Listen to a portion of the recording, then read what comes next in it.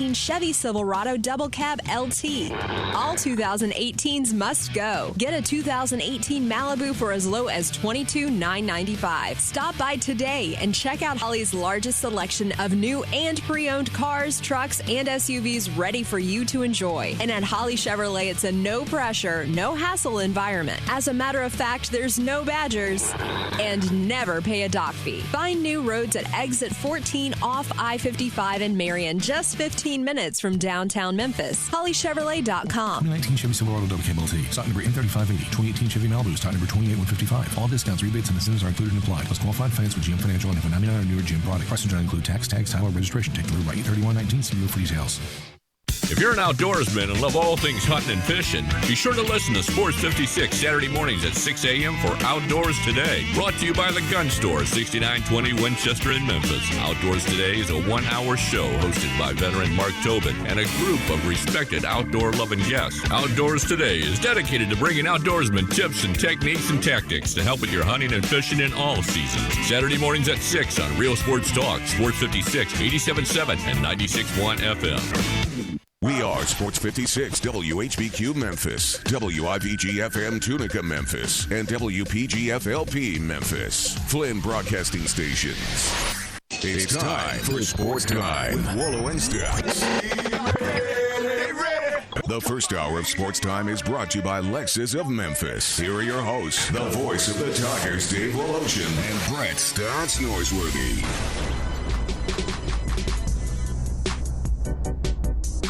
Welcome in, everybody, on just a glorious, glorious Thursday.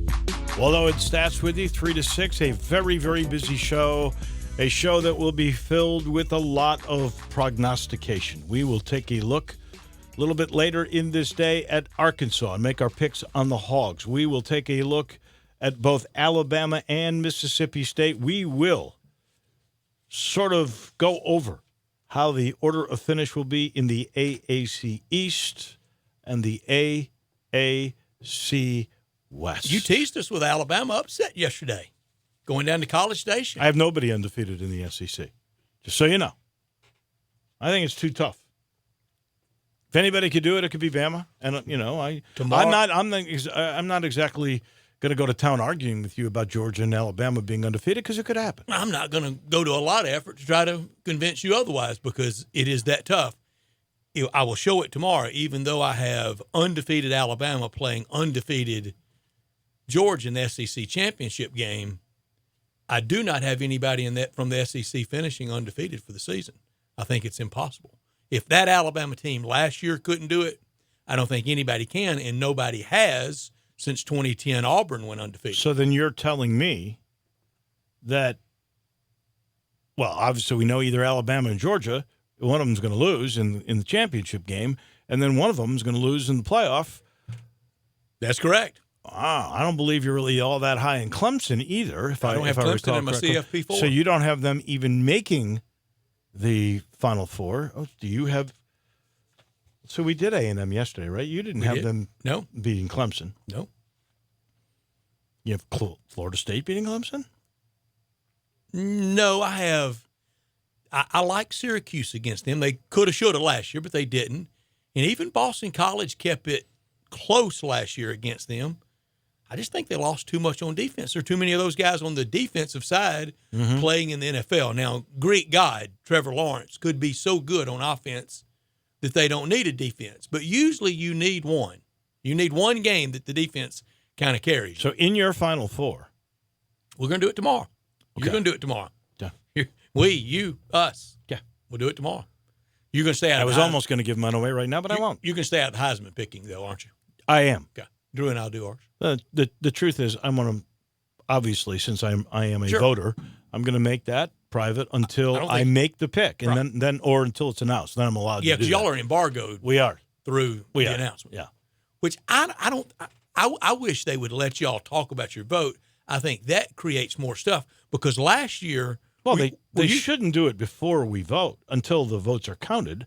Otherwise, there would be enough people that would do a survey and figure out who wins. I don't think you could have last year. I think that was a real upset by a pretty good margin by Kyler Murray. I think if you had polled during the week Well, he wasn't my pick. He wasn't your pick. He wasn't a lot of people's. And I think that would have driven that TV But these rating, pollsters, let me tell you something. They're so good at figuring out if they take each little quadrant and figure it out, but they would have figured it out. I don't think you should You'd have been driven crazy by people trying to figure it out. Well, and the other aspect of that is I don't want to steal the athletic club's thunder. I mean, they're the ones that put it all together, and there's a reason it's what it is, and they should have it should be their show, in my opinion. Do you know who used to be the king of that TV broadcast when it first kind of went early 90s to big coverage? NBC carried it. And kind Kirk Gowdy? The host and kind of the face of the Heisman was NBC?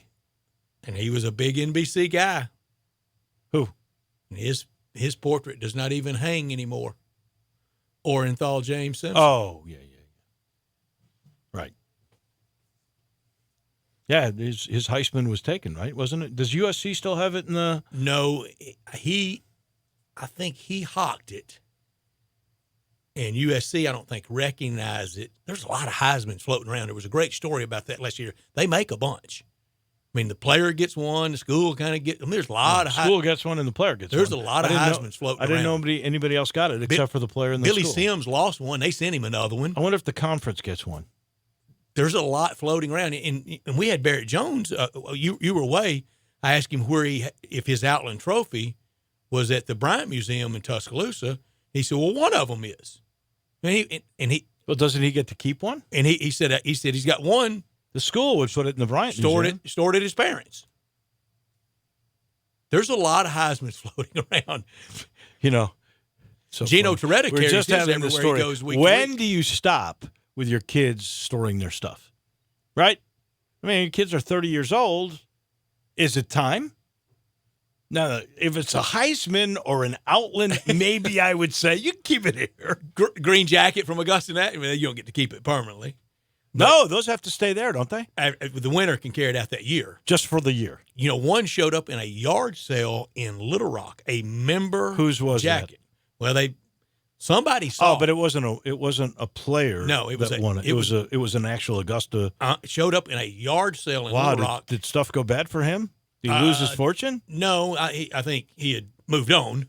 I think he's gone from this world. He was deceased, and there are enough Little Rock members and influence at Augusta National that they heard about it, and one of them called somebody and said, "Get over there and buy that jacket in that yard sale for anything they're asking for it. We don't want that just floating around to anybody." And they went over and got it, like for $2. I would have had a friend that said, "Every time he goes up, you go up." Yeah, no kidding. How bad you want it? They got the cash. How bad you want it? And they bought it for like $2, sent it back to Augusta National, and it was destroyed. But they didn't want it floating around, just, dude wearing it out to a wacky Halloween party. Yeah. Hey, where'd you get the jacket, Stu? The network. Fast Time at Ridgemont High. Yeah. Just catch it. We've got 2 tickets to give away. We do. We're doing that about 4:20 or so after we do our picks. We AAC picks. We will give you. We'll probably ask it as we are doing our picks so that you can be lined up. It is again. Is it section 104 again? Oh yeah. Only the good stuff. 102, man. 102, 50. 50-yard line. Yeah. Well, wait a second. Section 104 I thought was 50-yard line. It can't both be 50-yard line. Section 102. I might have gotten it wrong earlier in the week. I don't know. Come on, Drew. I looked at a diagram. Drew. Well, go look at the diagram. Now we're again, under the whole false advertising. No, thing. yeah, exactly. Man, we lied to you either way. We either just lied to you now, right, or we have lied to you on deceptive Tuesday. marketing, Drew. I mean, you want Dave in jail? These kids these days, not thorough, not efficient. They remind me of the Baltimore Orioles. Did you see the fight they had yesterday? Another dugout fracas. This long year. Long year. It is a long year. Long but this years. one, why are you going to go after a coach? The third base coach is an old guy. And did you see all the bleeping out they did on TV? Yeah. Jose David Flores, he was doing the most of the bleeping. And Richard was taking Blyer, most of the bleeping back. He's the reliever. And I don't know what he did, but Flores was Incensed. He got into him good. Ooh. Well, that's what happens when it's been a bad year. They were losing that game. I guess they lost 8-4. 104 is on the 50. I was right. Probably got tickets in 102. So 102 is probably, I'm going to say, the 35-yard line. So we're here for deceptive 25 marketing and 25 to 20, 15. No, we really didn't deceptively say anything yet because he was right on Tuesday. So he gets off They were on in the this. same section Tuesday. They're right by each other. No, one was section 104, I promise you. Was it? Yeah, I remember. 104, like row 49. What is this? Same thing, Dave. 102, row 49. Yeah, but it was section 104, I promise you. Okay. And this is 102, so this is about the 25 They yard can line. check with Drew on Monday, is all I can tell them. Who's not going to take the 25 or 30-yard line halfway up? Come on. Exactly. They're free. And, Drew, you're going to love the question. Drew will know it. I think Drew's got the. I think Drew will. I think he's Drew's memorized the record book by now. Drew's locked in. Yeah. And he threw out, and it makes sense, and we kind of pieced through it. I asked him, I said, Drew, you sure you're right on the number of times the Tigers and Ole Miss have opened an opener? Well, Drew's research was from the Tiger perspective. And I said, well, that's a little lighter than the number I've done. And the reason why, some years they didn't open on the same day. Ole Miss would open earlier? Or later, and the other one, same thing. So it was not an opening game for one school while it was for the other. Yeah. Well, that makes sense. And I showed Drew, and I talked about it several weeks ago. Now, this kind of waned in mid to late 70s, but I can remember by and large opening weekend of college football never before the second weekend in September, and usually the third. I thought most of the time it was the second. It was the week after Labor Day. Uh-huh. That's usually when you open. And then about 80, 81, we started encroaching on Labor Day, and now we're going to kick off, I think, right after the WGC finishes next year on July 5th. And the NFL actually begins a week from tonight, right? Yes. We have college basketball, football tonight, and then we have the NFL with the big opener, the greatest team in the history of the game, against the longest rival. Did you see that? That would be the Bears, by the way. It's the greatest. Did you see what our friend Hall Crawford sent us? Did you see that? Yes. Story? Yes. Cover of Sports Illustrated, and that date, I don't know if Hall noticed this, November 25th, 1963. Sports Illustrated always came out on a Monday, and that was the Monday after President Kennedy was killed on Friday. You realize the Bears did win the World Championship. I do. It was not known as the Super Bowl then. It was just known as the NFL Championship, and they won that over the New York Giants and Y.A. Tittle in Wrigley Field in a game that I was not allowed to go to because with the wind chill, it was 30 below. It was about 10 below real Blackhawks won it in 61, didn't they? Yes, they did. So right in there, y'all were title town, weren't you? Oh, we were. Except for the north side. 59, the White Sox had won. Played in the World Series. Played in the World Series. Didn't win at all. That's true. The Dodgers. The hitless wonders. Were able to get to them. Yeah, you know that game was played in the Coliseum? One of the World, or two of the World Series games? In front of crowds of about 95,000. I know. But a short right field. Very short. You know who would have hit the moon shots in it? Wally Moon. Wally Moon. There you go. Very good. Yeah. So 59, 61, 63. The city was going crazy. Wally Moon, who retired as the baseball coach up in Siloam Springs, Arkansas, at John Brown University. Really good man, too. How big is John Brown? That's a small school, right? It was really small when he was there. So let me go over the lineup here today because it's really good. Besides all the picking that we're going to do, we've got Bill Bender coming your way at 3:30. We've got Russell Copeland on the National Football League. That'll be at 4:30. Greg Gaston will chat with us. He makes his sideline debut a week from Saturday. No, Saturday. What am I talking about? This Saturday. 2 days from now. And then Tim Doolin on baseball at 5:30. Of course, crunch time will be at 5:50. Today was the day that our radio team gets to meet with our coaches, and we met with first Adam Fuller, who's delightful, and you want to talk about a high-energy guy, the defensive coordinator. Then we met with Mike Norvell, and then we met with Kevin Johns. It's really the first time I got a chance to meet with Kevin Johns. And, you know, from everything and talking to them now and looking all the numbers and everything else, I just don't see how this is not a close game. I am truly amazed, Stats. You and I talked, I think, off the air yesterday on how I can never remember about such a one-sided feel Landslide. about one team beating the other in this game, particularly with Memphis being the favorite. And among neutral people that are analyzing the game. It's not just boilerplate. And I'm stunned to a certain degree about the unanimity of the writers. The commercial appeal, well, I should say really the USA Today Network or the Gannett family, because every one of these guys is giving scores and predictions on this. So I'm just going to go over it really quickly. We're going to give our score tomorrow, obviously. We're also debuting, thanks to a brand new sponsor on this. Tomorrow at 5:30. We're making picks of how many games? Friday football focus on all the various teams in the area. It'll be about 4 or 5 college picks, our locks and shocks. And shocks, do we get double we'll have credit for We'll have a scoring shock? system. It'll be brought to you by First National Bank and Trust. Look forward to debuting that tomorrow at 5:30, and you'll be hearing a lot about them and with us on Friday doing the Friday football focus, and that will be through the end of the year, all of September, October, November, and December. That'll be fun at 5:30. Oh, we're playing for a trophy too. A trophy? Oh yeah. What? Did I get a trophy for winning the golf picks? You almost did. I didn't have time to get by the shot. Well, let me just tell you. And only it would have been 2019 winner Worldwide Wolo. That trophy can be retroactive. I mean, you're not giving out a trophy for one thing without giving a trophy out for the other first. Of course, if they're both won by me, you could just write Worldwide Wolo on both of them. That's okay. Evan Barnes, beat writer, who I think is delightful. I like having him on the show. We will have him on occasion. He likes Memphis by 6, 30-24. Mark Giannotto, the columnist, likes Memphis by a field goal, 27-24.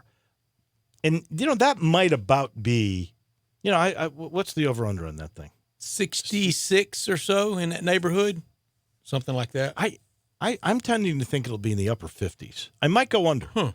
On that one. You may go more. You're good at this, Dave. You might go more. Jason Munns, we had him on yesterday. He said he was going to have a blockbuster pick. 38-17. Blowout. I don't. This is all Tigers. That's 3 touchdowns. That's not happening. I don't think. 2 touchdowns happened in 2015. Yeah, it did.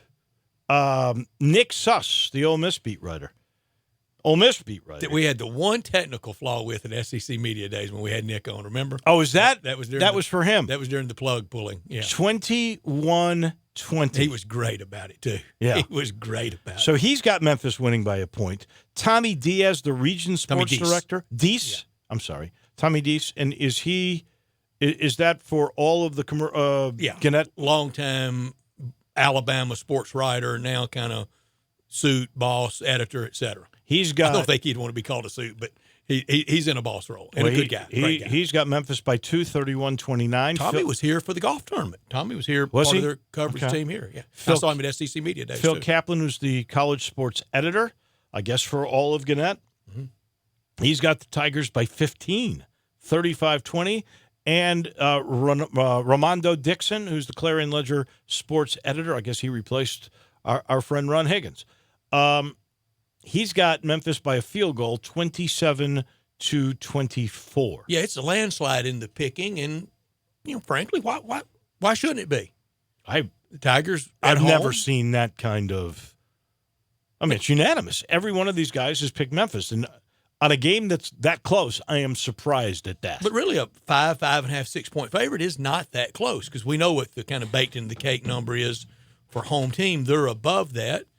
And it's why, for the first time I can ever remember, it makes this game almost more important for Ole Miss for the rest of the year goals for them that they have set that they're trying to attain than it is for the Tigers. Well, the thing for me that makes it so interesting is, just the closeness of their records. The last 16 games go back, and I don't think people realize 8 up, 8 down. Both teams are 8-8. Mm-hmm. Now Memphis lost heartbreakers at the end. Got a bunch of those in there to Central Florida.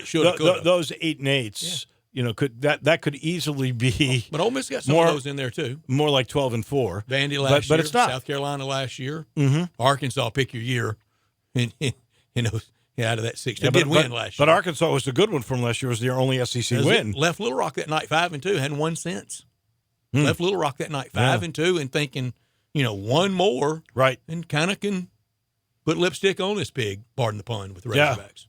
But couldn't go to a bowl game anyway. No, and I'm sure that part sort of plays into your thing. And both have new coordinators, both have new offensive lines. I mean, it's a lot of there is, and the one difference is Memphis does have a quarterback coming back, and Ole Miss has a new quarterback, but a talented quarterback, no question about.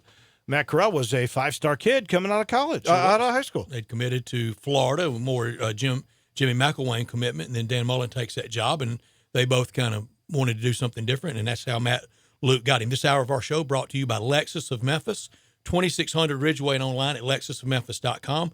Give them a call at 901-362-8833. Lexus of Memphis, offering the Golden Opportunity Sales Event. Great offers on all the 2019 models, soon on 2020, and always on special lease options. If you ever thought I'd look great in a Lexus, well, guess what? Lexus of Memphis thinks you would look outstanding in one of those beautiful cars as well. Drive in luxury and confidence, knowing that every new Lexus comes with complimentary first and second maintenance services. Stop by today at Lexus of Memphis at 2600 Ridgeway and put yourself in the driver's seat of an all-new 2019 or 2020 flagship LS500, and you'll be looking and driving in style. Lexus of Memphis, the highest standards in the industry. When you purchase a Lexus, you get top-of-the-line engineering and design that makes for the luxury driving experience. 362-8833, online at lexusofmemphis.com. Experience amazing at Lexus of Memphis. Top story of the day. If I do my math correctly, and this is going back to yesterday, I believe the Cards' magic number is still 29. Cubs a winner, although they tried to blow a 10-1 lead.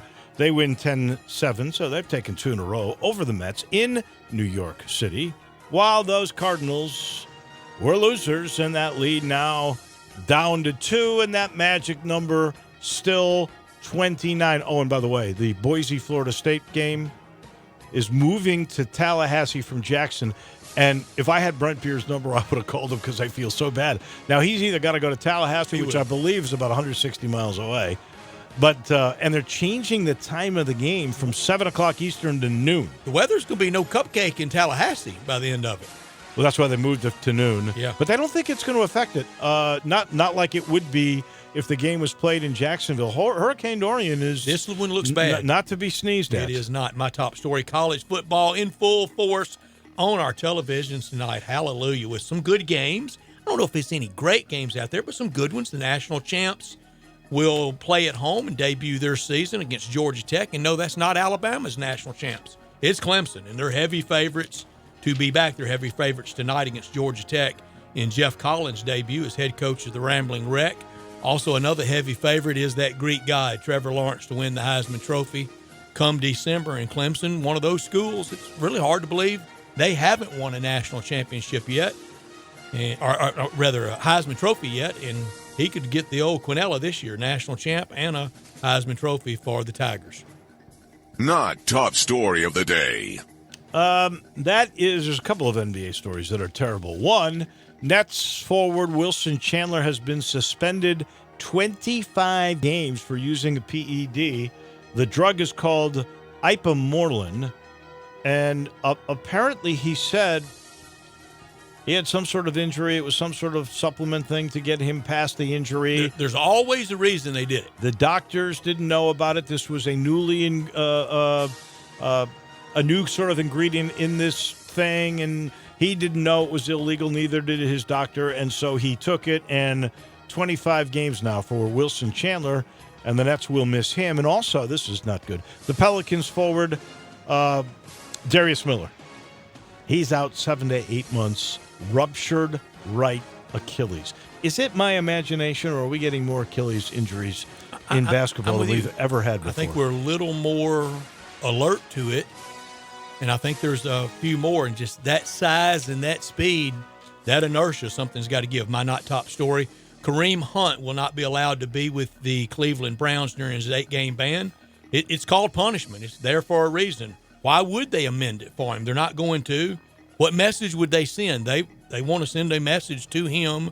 You're disassociated from your team for 8 weeks. It's going to stick. They can appeal it all they want.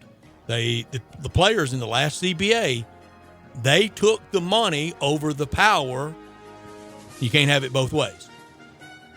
You cannot. I agree.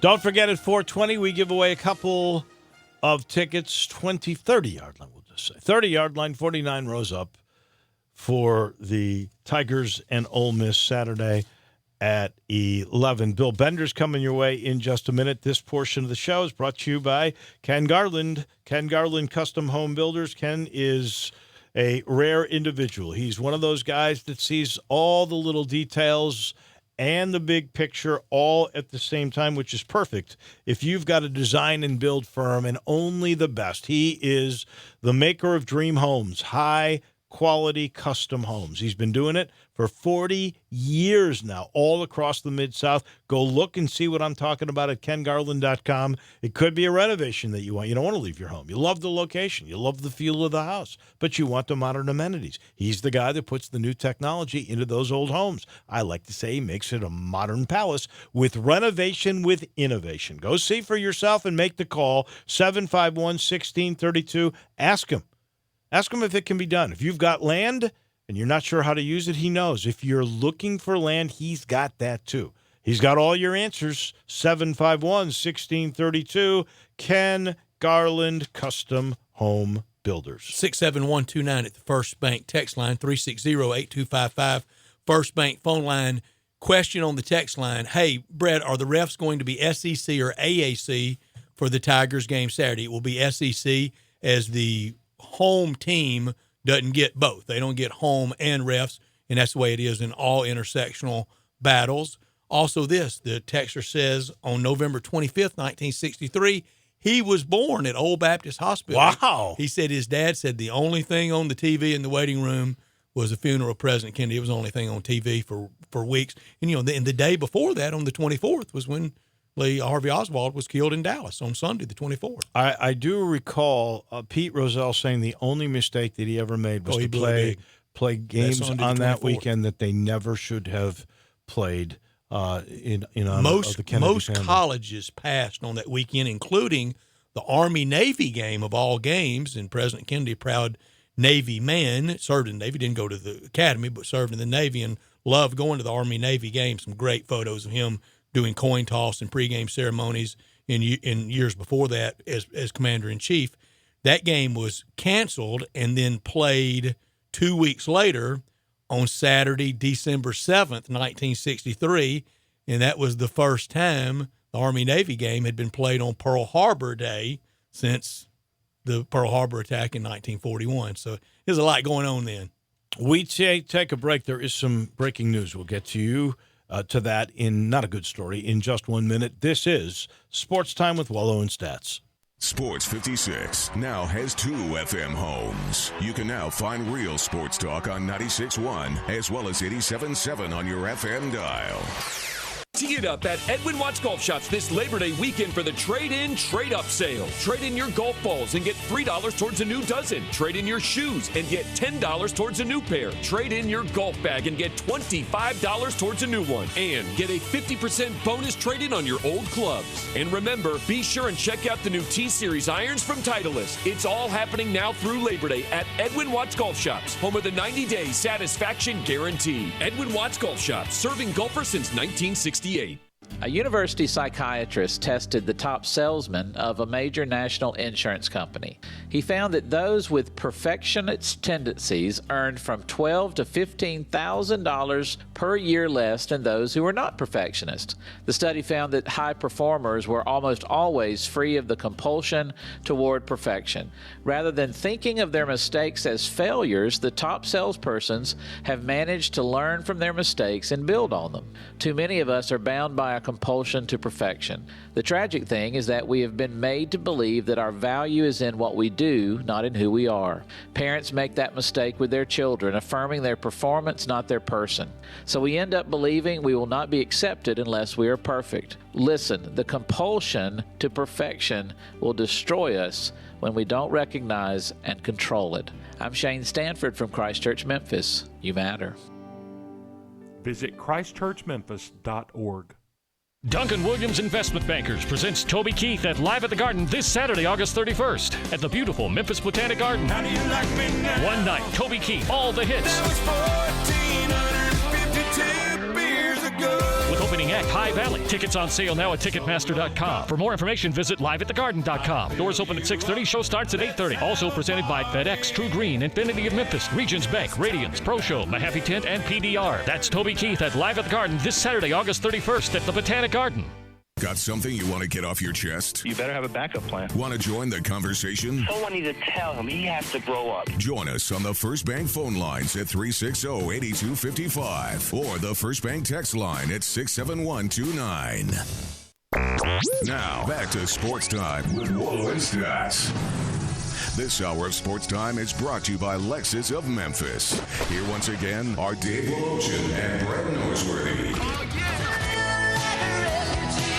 Welcome back into the Family Leisure Studios. We told you breaking news coming. There's an arrest warrant now that has been issued for L.A. Lakers center DeMarcus Cousins on a misdemeanor domestic violence charge that has been issued in Mobile, Alabama. The Mobile Municipal Court website lists a third-degree harassing communications charge against Cousins. No other details have been disclosed. Christy West, a former girlfriend of Cousins, is seeking a restraining order against him after she said in court documents and in a police report obtained by TMZ he threatened her and has previously choked her. So they have now issued an arrest warrant for DeMarcus Cousins. In the meantime, we have college football to be played tonight. It is opening night, and our friend Bill Bender from the Sporting News joins us now. First off, Bill, where will you be tonight?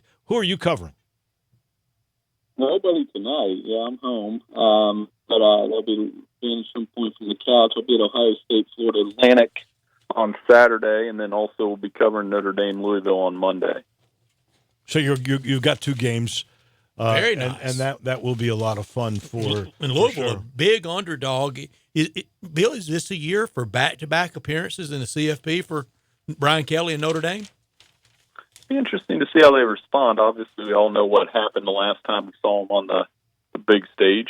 And for Brian Kelly, it's time to put that in the past. But I think, it is Scott Satterfield's debut. I think Louisville will be pretty fired up to start that game. But certainly a tough order. You're asking a lot for them to go out and beat what is a very good Notre Dame team, very good up front, good run game, all those kind of pieces. It's going to be a tough game.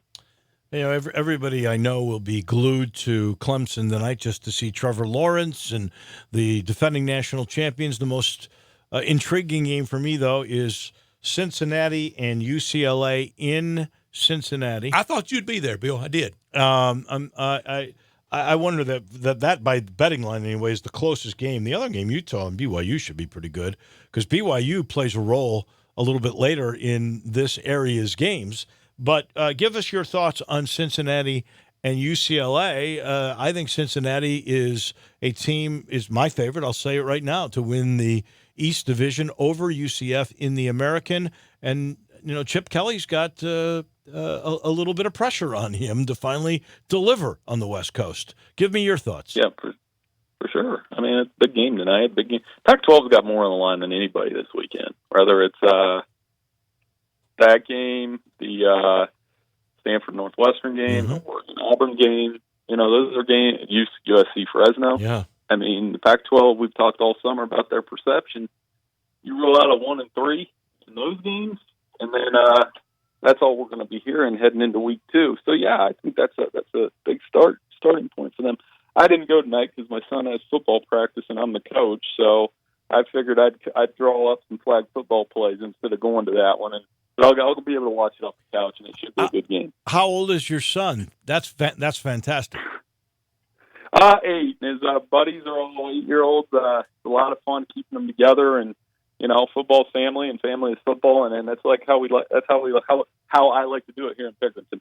Yes, sir. And just drop some plays in the dirt, Steve Spurrier style. You're right about the Pac-12. If you want to change that perception, go win games. And I thought it was really off-putting a few years ago when Stanford and a coach that I have a lot of respect for, David Shaw, when they kind of blamed the loss in Evanston on the time zone. If they lose at home to Northwestern, that will be a Twitter thread of, what about the time zone this time? Yeah, absolutely. And, tonight, I didn't even, part of that, Utah BYU is, that's the game. I mean, you have to stay up and watch it, but Utah got a lot of preseason love as a possible playoff team. They're in a rivalry game.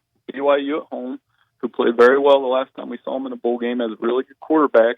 Emotions can be so high in that football game, and Utah's going to have to play with it. Now, they've had BYU's number of late, but certainly a big game there. That's one that I think that's the best game of the night. I do too. I think it's a really good matchup, Bill, and no love lost in that rivalry. I mean, you got a lot of things. There's no love lost ever for anybody that plays BYU. Well, and then Utah. I mean, it's a lot of different things in play. I was at a Utah-Duke college basketball game at Madison Square Garden several years ago on a Saturday afternoon. It was the first Saturday of bowl season, and BYU was playing in the New Mexico Bowl or the Las Vegas Bowl, one of those games. And I'm going to leave out some of the flowery language, but a Utah fan asked another one, what's the score of the BYU game? And they were down early. In that little area of where I was sitting with around Utah fans, they were as happy about that as what was going on the floor, and they were beating Duke in basketball. They hate each other.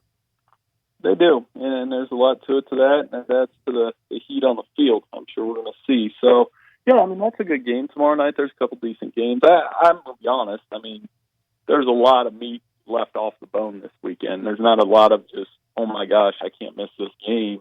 Auburn, Oregon's one of them. I think Houston, Oklahoma's another one. Mm-hmm. But mostly it's kind of, we'll watch Alabama Duke, but we're going to watch it to see, how does Alabama react to losing Dylan Moses? How does Alabama react to having its top two running backs suspended for the first half? I mean, they'll be fine, but, there's possible overreaction there if the Tide looks not so great on Saturday. I think it's very interesting that you say Houston, Oklahoma. It is the standalone game on Sunday in Norman, and as good as I think Houston's going to be, they're 23-point underdogs in this game. So when you tell me that, Bill, not that we're trying to make this a gambling show here, but you're telling me you think Houston can play with Oklahoma if you think that's an intriguing game. I think they're both going to score a bunch of points, and Oklahoma better be ready to play because the last time they played Houston, they lost, and Houston has a playmaking quarterback in Derek King. Dana Holgerson's first game as head coach. He's seen Oklahoma scheme-wise. It's not going to surprise him. And then it's a lot on the line for Jalen Hurts, one of two transfer quarterbacks, the other being Justin Fields, that we're all wanting to see on Saturday. So, yeah, I think it's going to be a fun game. That's one of the more intriguing matchups to me just because I want to see what Jalen does. I want to see what Houston does. When you get them down in that part of the country, they're going to score a ton of points. Do you see a potential shocker for this weekend? I know you wrote at Sporting News about the games that could potentially be that. Let our listeners know on Monday we could be, can you believe this game ended up like this? Well, there aren't a lot of them. I think Northwestern could beat Stanford out there on the West Coast. Northwestern's defense is tough around Patty Fisher. They played Stanford well a couple of years ago. They've got, if Hunter Johnson starts at quarterback, that's a player to watch. Some people want to put South Florida, Wisconsin, upset alert out there. I'm not quite there. I know, like I said about the meat, there's 6 games with spread of 30+. So it's hard to say that like Clemson or Alabama or Michigan or Ohio State's going to go down. But there are plenty of things to watch because next week, of course, Clemson and A&M, watch them tonight.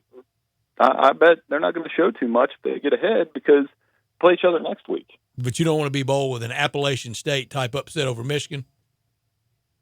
I don't see one this weekend, Brett. I mean, I'm not saying that's kind of what we need. I wrote about that earlier. One of the stats I put out there this week is the last time the preseason number 1 lost in September when they were still ranked number 1, like they didn't bump down, like Georgia bumped down and lost to Alabama.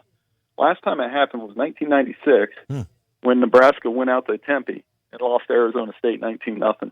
I mean, we haven't had September shakeups. I mean, the last time, if you look at the playoff era, preseason number one, the earliest they've lost in the playoff era, earliest loss for number one was like November 15th with Ohio State and Michigan State. Would this qualify? We need a shake. What I'm telling you guys is we need a shake up, right? We do. Shake it up. And I'm not predicting this. In fact, I've taken them to go undefeated and get to the CFP4, but this would qualify as a shake-up. At home, 22.5-point underdog, returning tailback, returning great wide receiver, returning great tight end, question marks at quarterback, replacing the 19 years that Kyle Shermer played at Vandy. If Vandy beat Georgia, that would be a shocker, wouldn't it? No way. And I think they'll come out and hand the ball to Sean Vaughn and try to run some clock, and they'll be fired up. And they've played Georgia.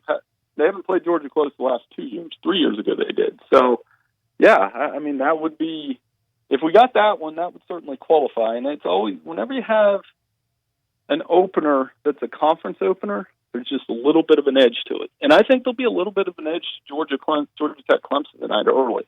I'm not saying Georgia Tech will – if Georgia Tech plays like Miami played the other night. I know Miami lost the game, but you can't tell me those players weren't playing hard for Manny Diaz. Great and that's comparison. what you got to watch tonight with the Yellow Jackets. And Jeff Collins and Manny Diaz are like separated at birth type football coaches. How about regional rivalries? South Carolina and North Carolina, and Memphis and Ole Miss. Oh, I mean, that's a fun game. Freshman quarterback Sam Howell, veteran quarterback Jake Bentley. I lived down in that part of the country for 7 years. I know the angst between the two states about which one's the Carolina and all that kind of stuff, and it'll be fun. Yeah, it's good to see Mac Brown back on the sideline. I think they'll give him a good shot. They're building something. I don't think they're going to win. I think South Carolina will end up winning that game, and if they don't, Will Muschamp's going to hear about it. But certainly a fun game to start the season there at Bank of America Stadium. What about Memphis and Ole Miss? Well, I think with that one, you gotta wonder, is Ole Miss going to win that game? I mean, there's a lot of. This is a big one for Memphis. You mentioned Cincinnati earlier. It's the American Athletic Conference. Yeah, it's what if Memphis gets theirs, if UC wins, if South Florida pulls an upset. Can you imagine?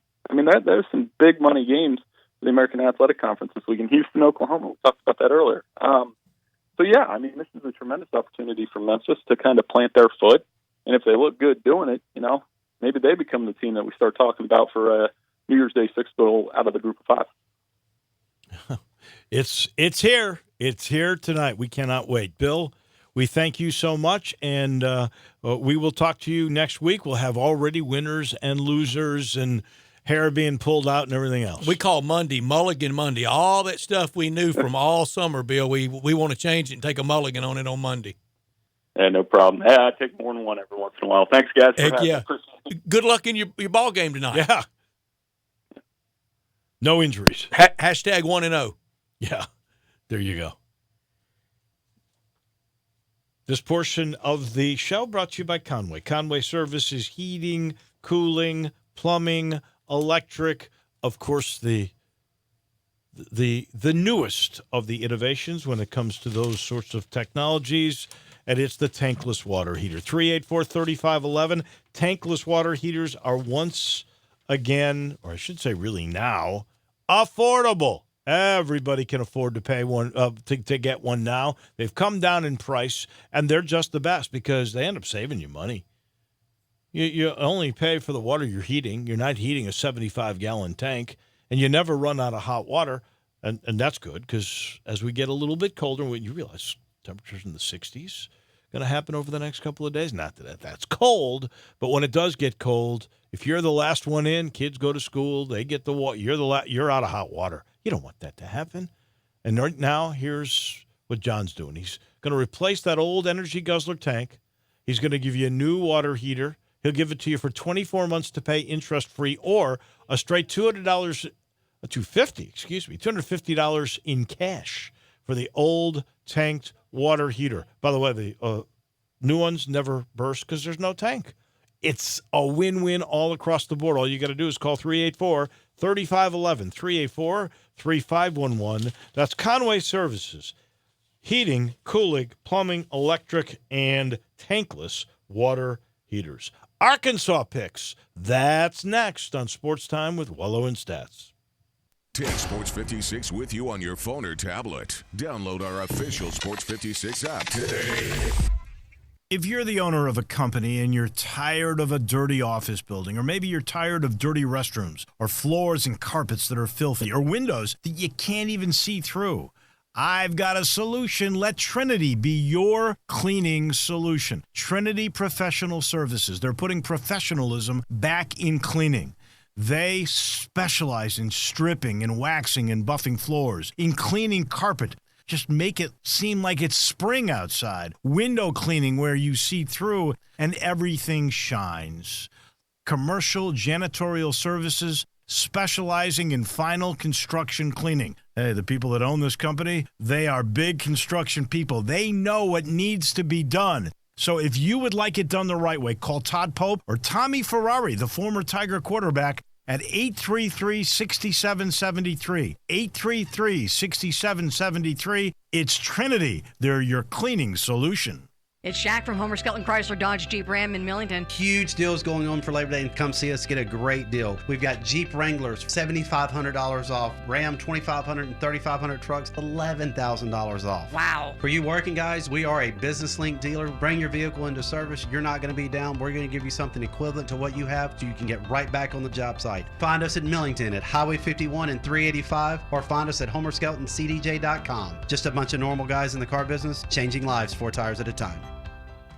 Tee it up at Edwin Watts Golf Shops this Labor Day weekend for the trade-in, trade-up sale. Trade in your golf balls and get $3 towards a new dozen. Trade in your shoes and get $10 towards a new pair. Trade in your golf bag and get $25 towards a new one. And get a 50% bonus trade-in on your old clubs. And remember, be sure and check out the new T-Series irons from Titleist. It's all happening now through Labor Day at Edwin Watts Golf Shops, home of the 90-day satisfaction guarantee. Edwin Watts Golf Shops, serving golfers since 1968.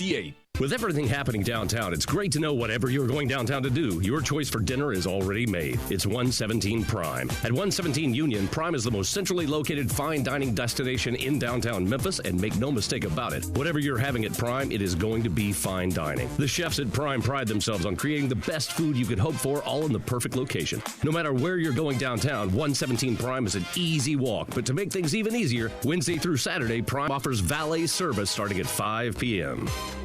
Now, back to Sports Time with Wolo and Stats. This hour of Sports Time is brought to you by Lexus of Memphis. Here once again are Dave Wolochen and Brett Norsworthy. We picked the Razorbacks game by game after I tell you about All-Star Chevrolet. I know everybody had a great time down there last Thursday. Thanks to Greg and Eli and Midday's crew for being there and celebrating with first responders and a lot of police and military people. We really appreciate it. The all-new 2020, the 2020 Chevy Silverado and the first new Blazer in a decade. They're at All-Star Chevy in Olive Branch right now. You got to drive them, people. It's a Chevy. If it's a Chevy, any Chevy, Olive Branch is where you need to go. Chevy's new All-Star lineup is where? It's in Olive Branch. All-Star Chevrolet, the best auto buying experience in the Mid-South. Find it. Drive it. Save time. Save money. Traverse, Tahoe, Corvette, best new Chevy All-Star lineup ever. The All-Star Chevy Challenge means you know you'll get the best deal. Take any written offer from any Mid-South auto dealer to All-Star Chevy in Olive Branch, and they will give you a better deal, new or pre-owned, or they'll buy you a tank of gas. It's that simple. Find new roads to All-Star Chevy in Olive Branch, and you got the best deals. Not South Haven, not the Pike, not Collierville. It's got to be Olive Branch for the win. Check it out now. Go to allstarautogroup.com. Arkansas coming off a tough year with the second-year coach in Chad Morris. We make game-by-game predictions. Let's start with Drew. First time he starts the ceremonies here. All right, I'm good to start.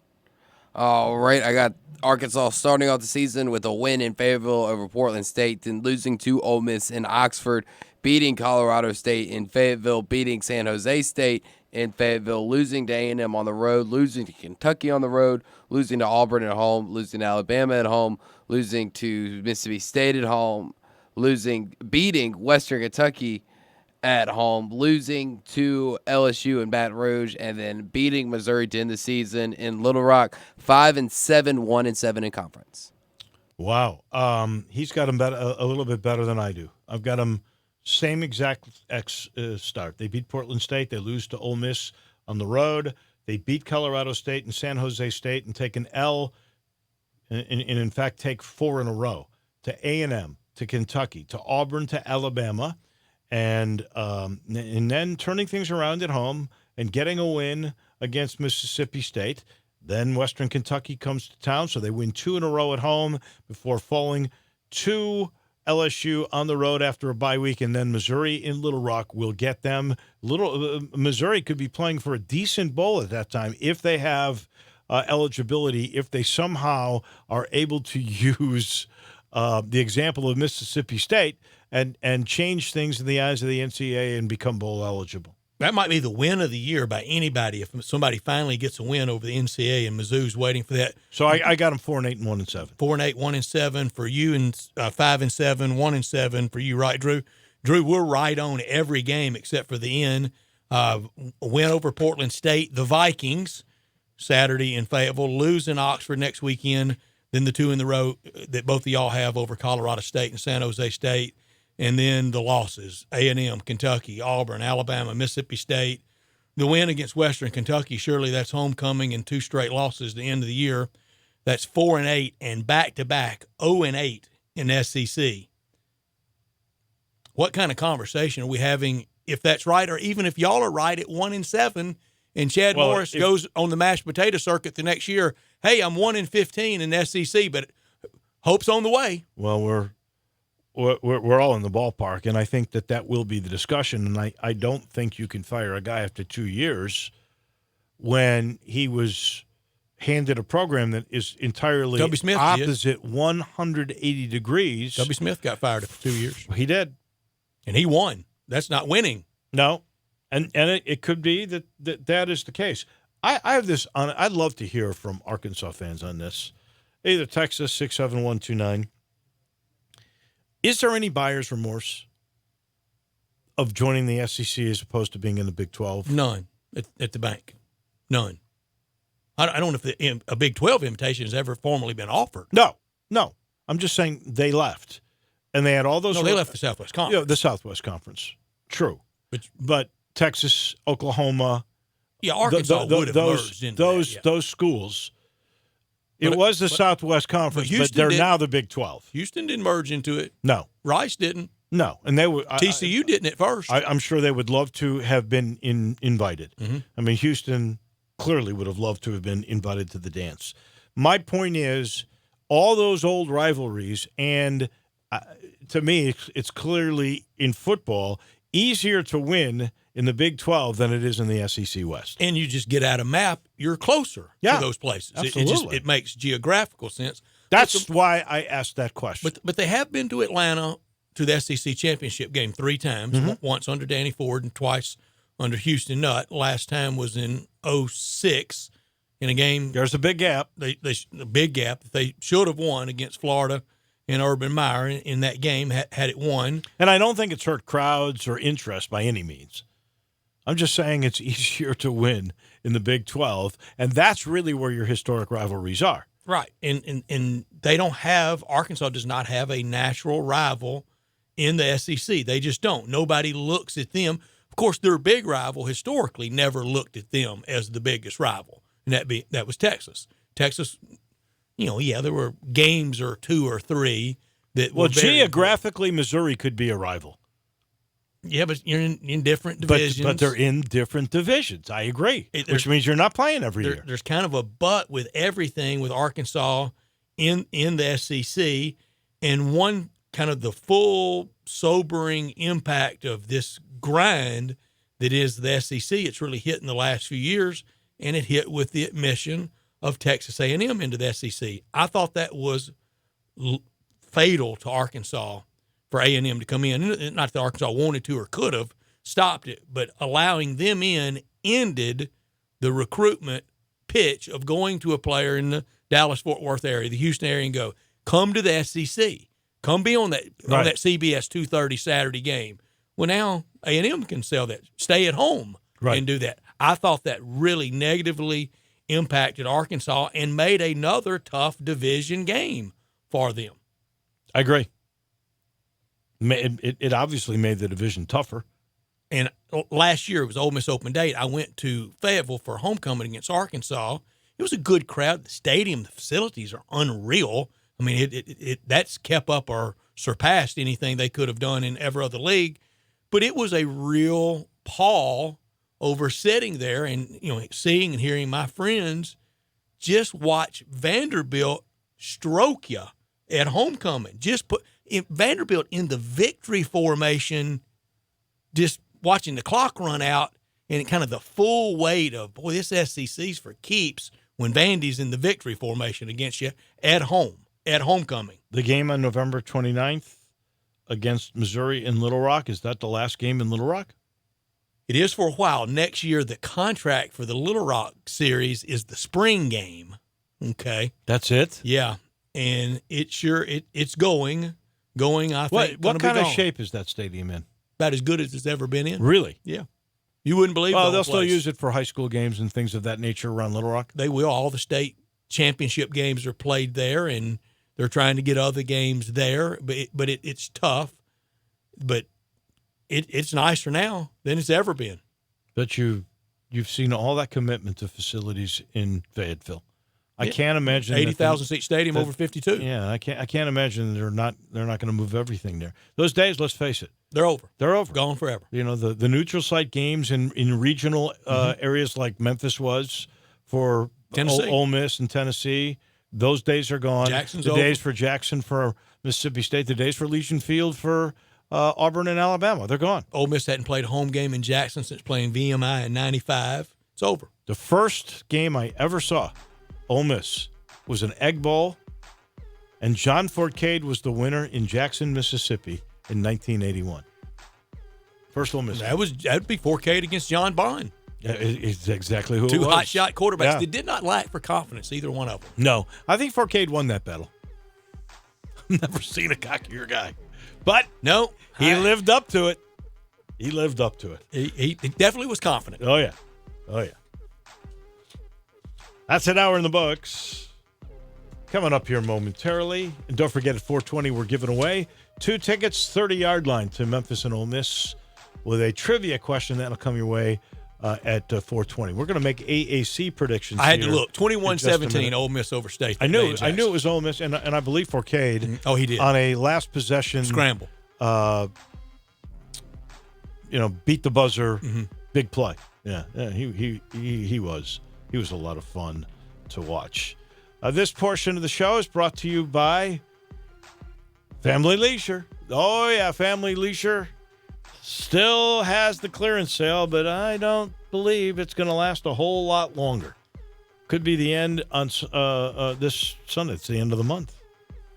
That'll be September 1st. This is that wonderful end of summer celebration. They call it the liquidation sale, with pools as low as $1,199. Under $1,200 for a big pool. You can't beat it. Nor can you beat the top-of-the-line patio furniture starting at under $1,300.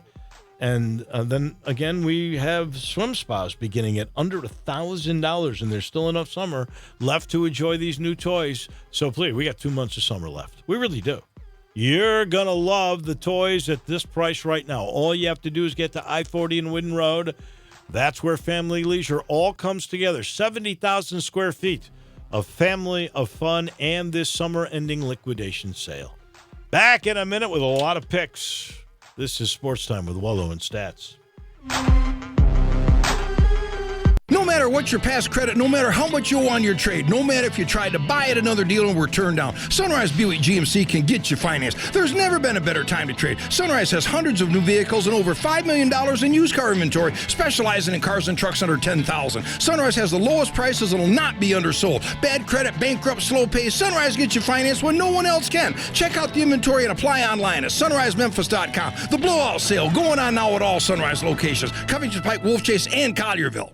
Kay, I understand you suffered from symptoms of Parkinson's. Can you tell me how the Schrader Orthopedic Group with the stem cells helped you? Stem cell had been something I had been researching for quite some time for Parkinson's, and I knew stem cell was something that was to be investigated, but when I heard about the Schrader Clinic and that they use your own stem cell. I knew that's what I wanted to do. I came up for my consultation and I said, I'm ready to go. I saw my first sign with my right hand because that's where I was first aware of my Parkinson's. And my hand had been drawing up. I did what I normally do, like stretching my hand out, and I stretched and stretched and stretched, and all of a sudden, both hands looked exactly alike. I know you went in for Parkinson's, but what else happened? Have TMJ dysfunction. And as I stretched my mouth and I kept stretching, I thought, it's not cracking, it's not hurting. So that was another benefit. Call 901-465-4300 and see how Schrader Orthopedic and Stem Cell can help you today. Hey everybody, big news. The all-new 2020 Chevy Silverado and the first Blazer in a decade are here at All-Star Chevrolet in Olive Branch. And once you drive them, you're gonna love them, people. If it's a Chevy, any Chevy, Olive Branch is where you need to go. Because Chevy's new All-Star lineup is where? Olive Branch. And All-Star Chevrolet is the best auto buying experience in the Mid-South. Find it, drive it, save time and money. Traverse, Tahoe, Corvette. They have the best new Chevy All-Star lineup ever. And don't forget to take the All-Star Challenge, which means you get the best deal anywhere. What you do is you take any written offer from any Mid-South auto dealer to All-Star Chevrolet, and they will give you a better deal. New or pre-owned. Or they buy you a tank of gas. It's that simple. So do yourself a favor and find new roads to All-Star Chevy in Olive Branch. Not South Haven, not The Pike, not Collierville. It's got to be Olive Branch for the win. So check them out now or go to allstarautogroup.com. We are real sports talk. Sports 56, 96.1, and 87.7. Available on your radio dial at 560 AM, 96.1, and 87.7 FM, as well as online around the world at sports56whbq.com. Take us with you everywhere on your phone or tablet by downloading the Sports 56 app, and at home, tell Alexa or Google to play Sports 56. If it's happening in the world of sports, we've got it covered. Wherever you are, stay tuned to Real Sports Talk. Sports 56, 96.1, and 87.7. We are Sports 56 WHBQ Memphis, WIVG-FM Tunica Memphis, and WPG-FLP Memphis. Flynn Broadcasting Stations. Now, more of Sports Time with Wolo and Stats. This hour of Sports Time is brought to you by Homer Skelton Hyundai. Here once again are Dave Woloshin and Brad Norsworthy.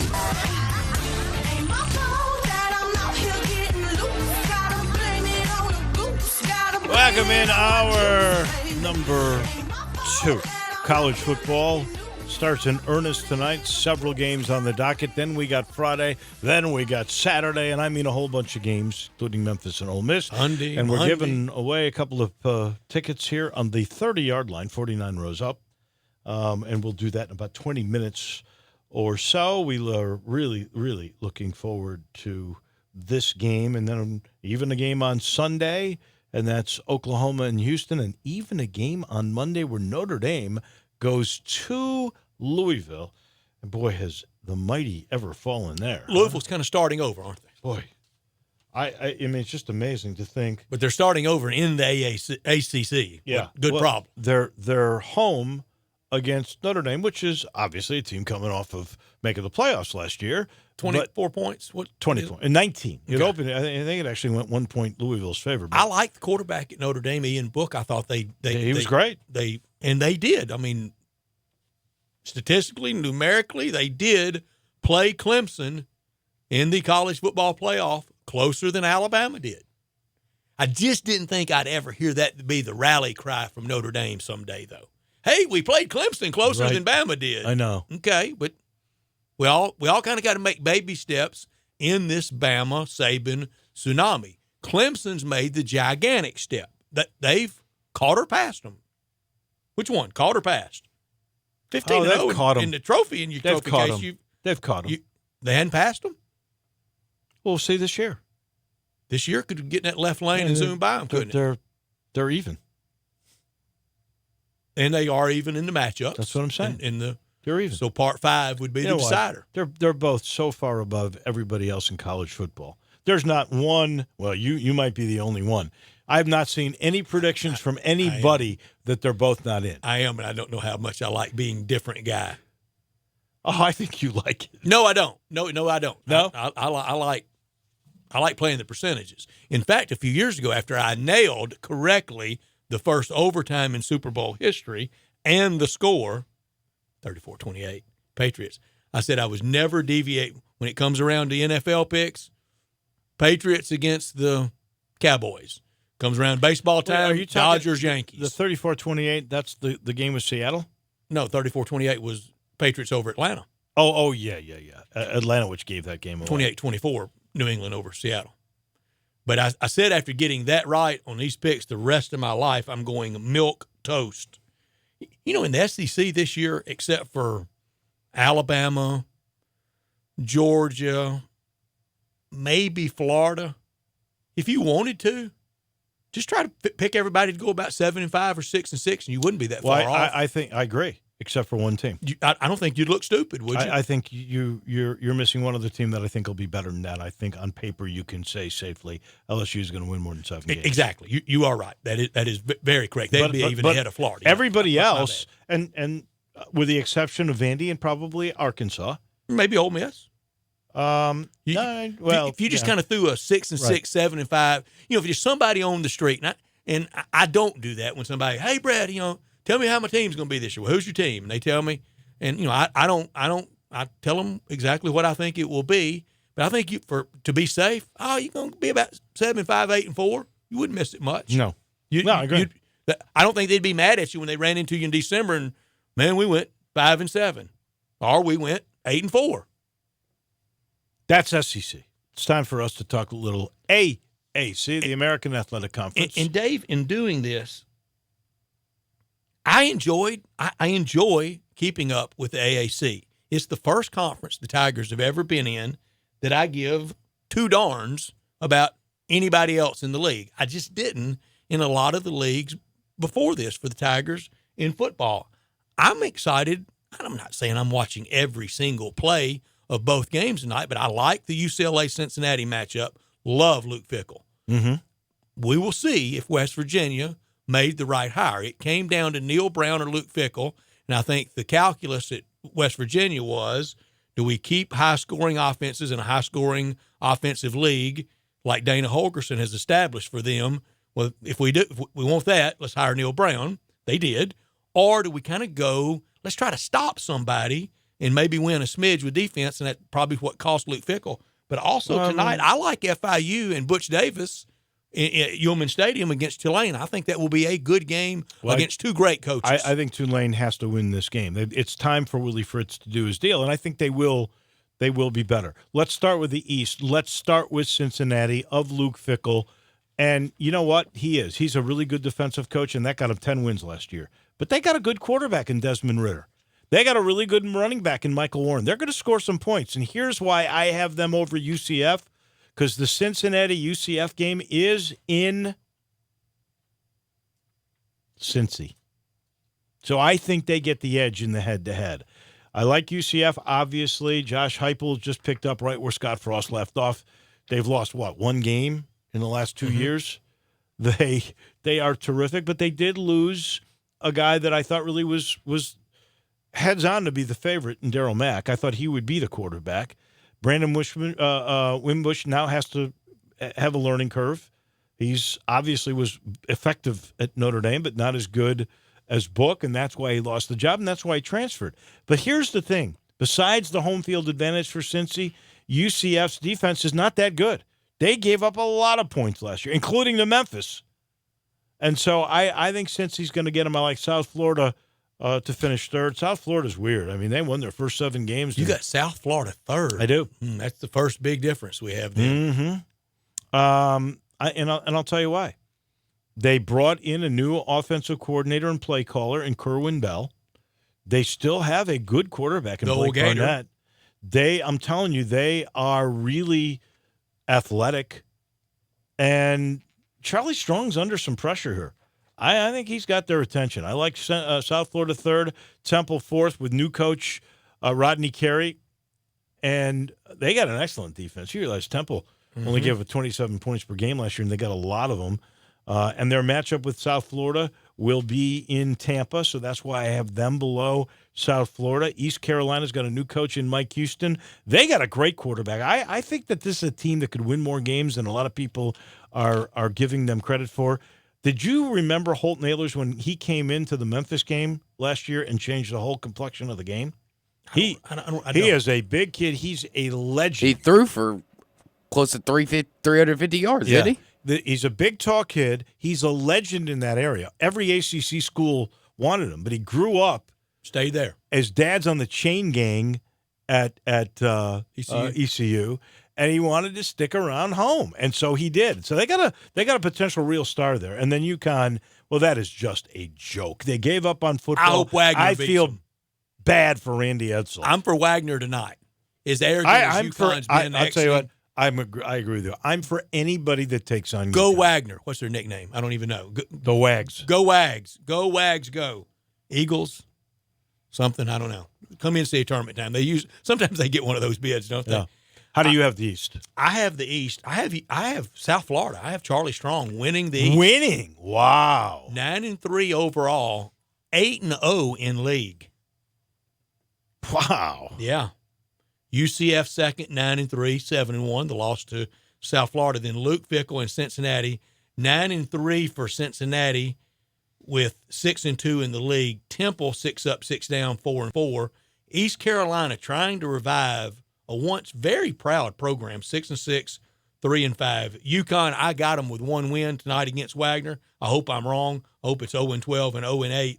And Drew and I were visiting before the show about when you go through the college football history books way back when, and both Ole Miss and Memphis back around the turn of the 19th into the 20th century, they literally played MUS.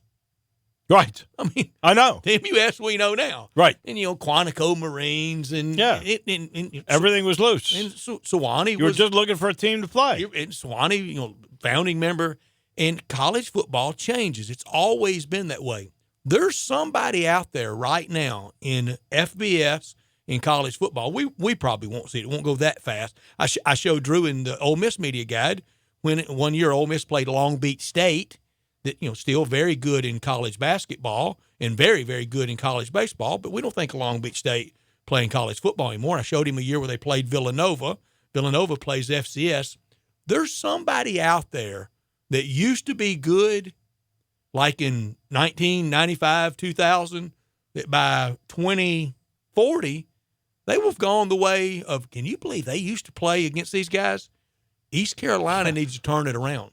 Because they like Tulane in the SEC?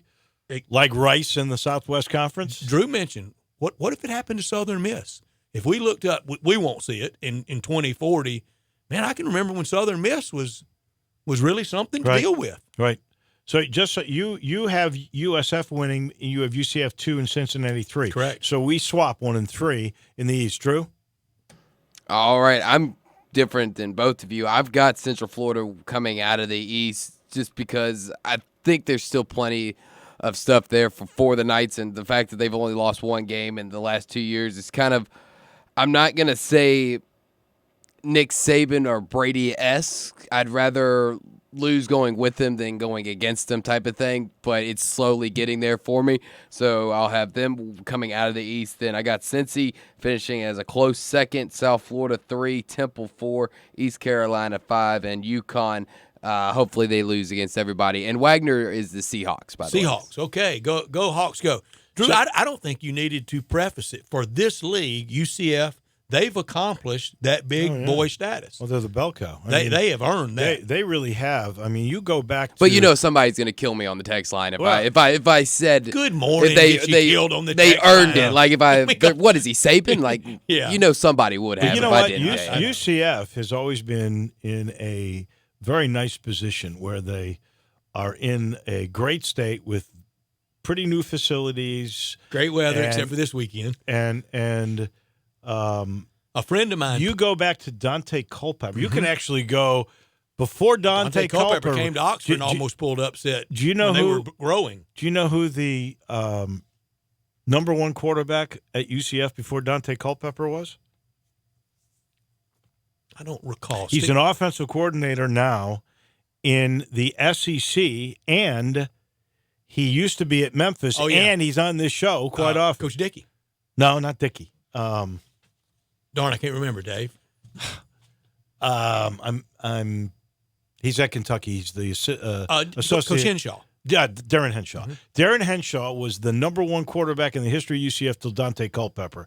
But Steve then, Sloan was AD then. Right. At UCF. And then Bob Welly O'Leary, was basketball coach. I know. And then O'Leary came there Maniac. and Yeah. well, he built the dang thing up until he ripped it down, and then Scott Frost was a miracle worker. I had a friend of mine that played at Sewanee in the late 70s, 77 through 80. Freshman in 77, senior, fall 80. He said in 79, they played Sewanee, Division III, then and now, played Central Florida. What a evolution, leaps and bounds for them over 36, 37, Wasn't 38 Sewanee years. once? What conference were they in to begin with? They weren't always Division III. They were founding member of the SEC. Yeah, that's what I thought. Yeah, yeah. They were there when it started. Right.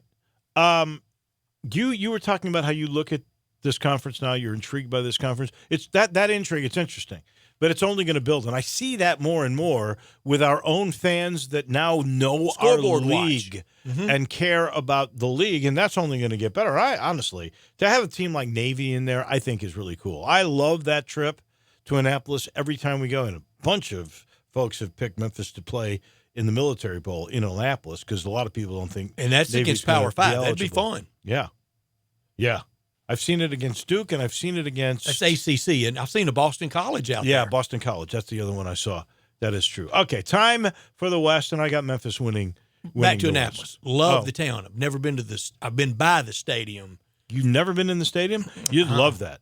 I would. Navy Marine Stadium. You know, Jack Stevens Field, Little Rock, Arkansas. You know how in other stadiums, and I talk about this on the broadcast when we're there all the time because it's always to me the coolest thing. On other stadiums, you'll see numbers of players or Ring of moments Honor. where they won championships or whatever.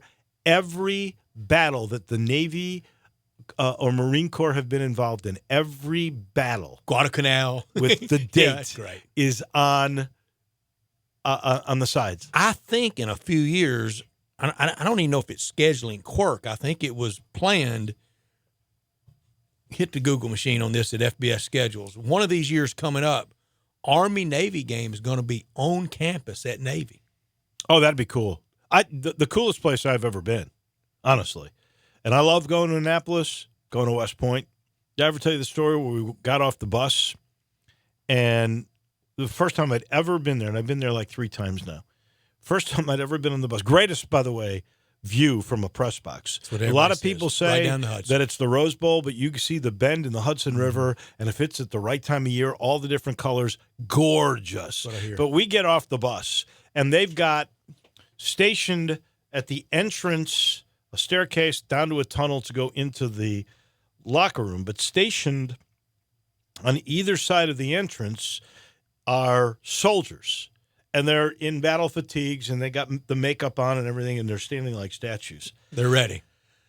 And as you're going by, and they time this where nobody can see it consecutively, but there's a certain point where they decide they're going to jump into action, and they move, and they point those guns at you, and they scare the living daylights out of you. But they're on our side. Oh, it's the coolest thing. I've been to the Army-Navy game, but I've never been to the campus at West Point. I've been to the campus at Navy, but never to a game. The Army-Navy game in 2001. Oh, the pomp and circumstance? I've never been to the Army-Navy game, but I've been to both places. And it was 13, 14 weeks after 9/11 that year. Oh, gosh, yeah. It was about as good as it's top 10 all time. You need to go to Army. I think you'll be moved. All right, if we got lucky enough in the next few years, Tigers and Ole Miss open date same weekend, let's do that. If for just to go to that game, a game there? No, go to a game at West Point. Yeah. We'll get that. I'd like to do that. Man, that would be great. All right, let's drive time from Lower Manhattan to West Point. What would it be? I don't know because I've always flown right into West Point. That's how Dave rolls, isn't it? Isn't it, Drew? I mean, It really is. Probably the most. Hey, if we had enough time, You think worldwide Wolo travels like the rest of us? Hey, if we had enough time, I mean, that ride at that time of year through the I'd love to. Through Virginia and the what is that parkway called? The Blue Ridge Blue Ridge Parkway. Blue Ridge Parkway. That would be incredible. I'd do that. I love that kind of thing. Annapolis may be my. I mean, it's so picturesque. I mean, it's like a postcard. I'm telling you, West Point's something else. Okay. Something else. All right. To the West, I know who's gonna win Memphis it. 1, Houston 2.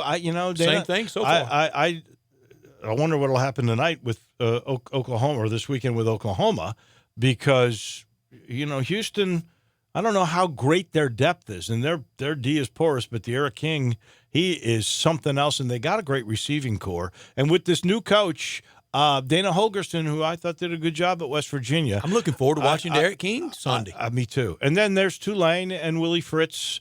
If you talk to any coach in our league, they love Willie Fritz. They've got maybe the best defensive line in the American. They've got a new play caller in Will Hall. Mm-hmm. And I think Tulane is a good bet to be better than they've been. I've got them 3. It's SMU 4. It's Sonny Dykes' second year. He's got a new quarterback, a transfer from Texas named Shane Buechele. I think SMU will be good. Navy, they've really struggled the last few years. You realize they are only 5-15 in the last 20 games. And even Niamatalolo, Ken brought in a new defensive coordinator, Brian Newberry. He's the OC. He's got the option that he thinks gives him an advantage, but they were not very good on defense, really, the last 2 years. Almost impossible for all 3 military academies to be good at the same time. Very difficult for 2 of the 3 to be good at the same time. And right now, it is swung back to the Army. Yeah, Army is clearly or as John Ward would always call them, the Army, like the whole Army showed up to play you. Well, they do. They come with good crowds. And finally, Tulsa, I think there is pressure on Phil Montgomery. I think he is the one coach on the hot seat the AAC. They got a new quarterback who is a Baylor transfer named Zach Smith. Maybe that will help them a little bit, but I got Tulsa in last. Exact order for me in the West. I thought the East was very difficult to pick. I think it's the stronger of the 2. The West, a little more, I thought, more easier to pick. Memphis 1, winning the league, 6-2 in conference. We'll get to W's and L's tomorrow. Sorry, I gave that away. I see that look you're giving me. 2, Houston, 7-5, 5-3 overall. 3, Tulane, 7-5, 4-4 overall. 4, SMU, 3-9, 2-6. 5, Navy, 4-8, 2-6, and 6, Tulsa, 1-11. It was hard to find the 1 in 0-8. Texter at 67129 at the First Bank text line says famous coach of Sewanee, Shirley Majors, father of the Majors boys, all the Majors boys. My friend that played at Sewanee his freshman year in 77, head coach Shirley Majors. Drew? All right, my top 2 are the exact same. Obviously, I got Memphis coming out of the West. And then Houston, I've got Navy sneaking in at the number 3. I think Coach Ken Niamatalolo. You just wanted to say Niamatalolo, and you rolled it good. I always do. I've got it down pat. But I think that he's had such good teams over the decade that he's been there that for him to be down multiple years in a row is just not feasible. That he's going to figure out a way to turn it around. They're going to figure out how to finish above 500 in conference, and I think they finished 3. I think people are way too high on Tulane. People talking about how they're going to be sleepers, they're going to sneak up on people. I think they kind of wasted their sneaking up on people last year. I think everybody's kind of awake to them, know what's going to come at them, know what Willie Fritz has in his bag of tricks. So I think that they're not going to get as many wins as people are expecting. And then I got SMU finishing 5th, and like y'all, both Tulsa at the bottom of the cellar. I'll tell you right now, if Navy is 3rd, Tulane and SMU are 4 and 5, then the West is every bit as good and maybe better than the East. Because East Carolina's got a heck of a quarterback. I'm going to tell you that. I don't know what Mike Houston's going to do with him, but they've got a heck of a quarterback. I think they'll be improved. Mm-hmm. I do. You've got a question. Let's get that question out. I do. 360-8255. Phones only at the First Bank phone line. Not at the text line. And phones these only. are for 2 tickets, 30-yard line, 49 rows up right in the middle of the stadium. Section 102, row 49, seats 16 and 17. 360-8255. The last time, we know this won't happen Saturday. This will not. We will play until next Tuesday. Although that could change in the coming years, but it isn't. It's not going to happen Saturday. Right.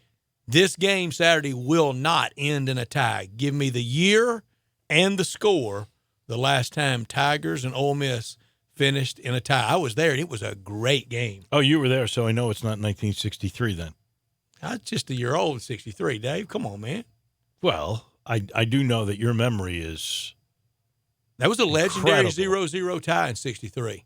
It was. I told Drew, I grew up hearing about that 0-0 tie from my uncle. This portion of the show brought to you by Campbell Clinic. If you've got a child in school, the odds are they're going to be involved in some sort of sport or activity that could cause injury. And when they happen, inevitably it will occur.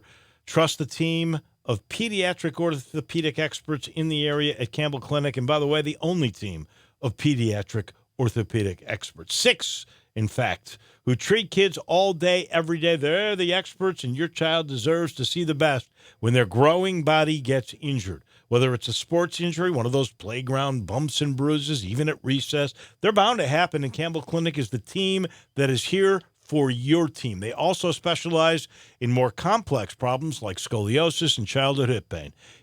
Call Campbell Clinic. Call them today at 759-3111. If you got a problem, go online. CampbellClinic.com. Schedule an appointment. You and your child will be glad you did. Last time there was a tie in the Memphis game.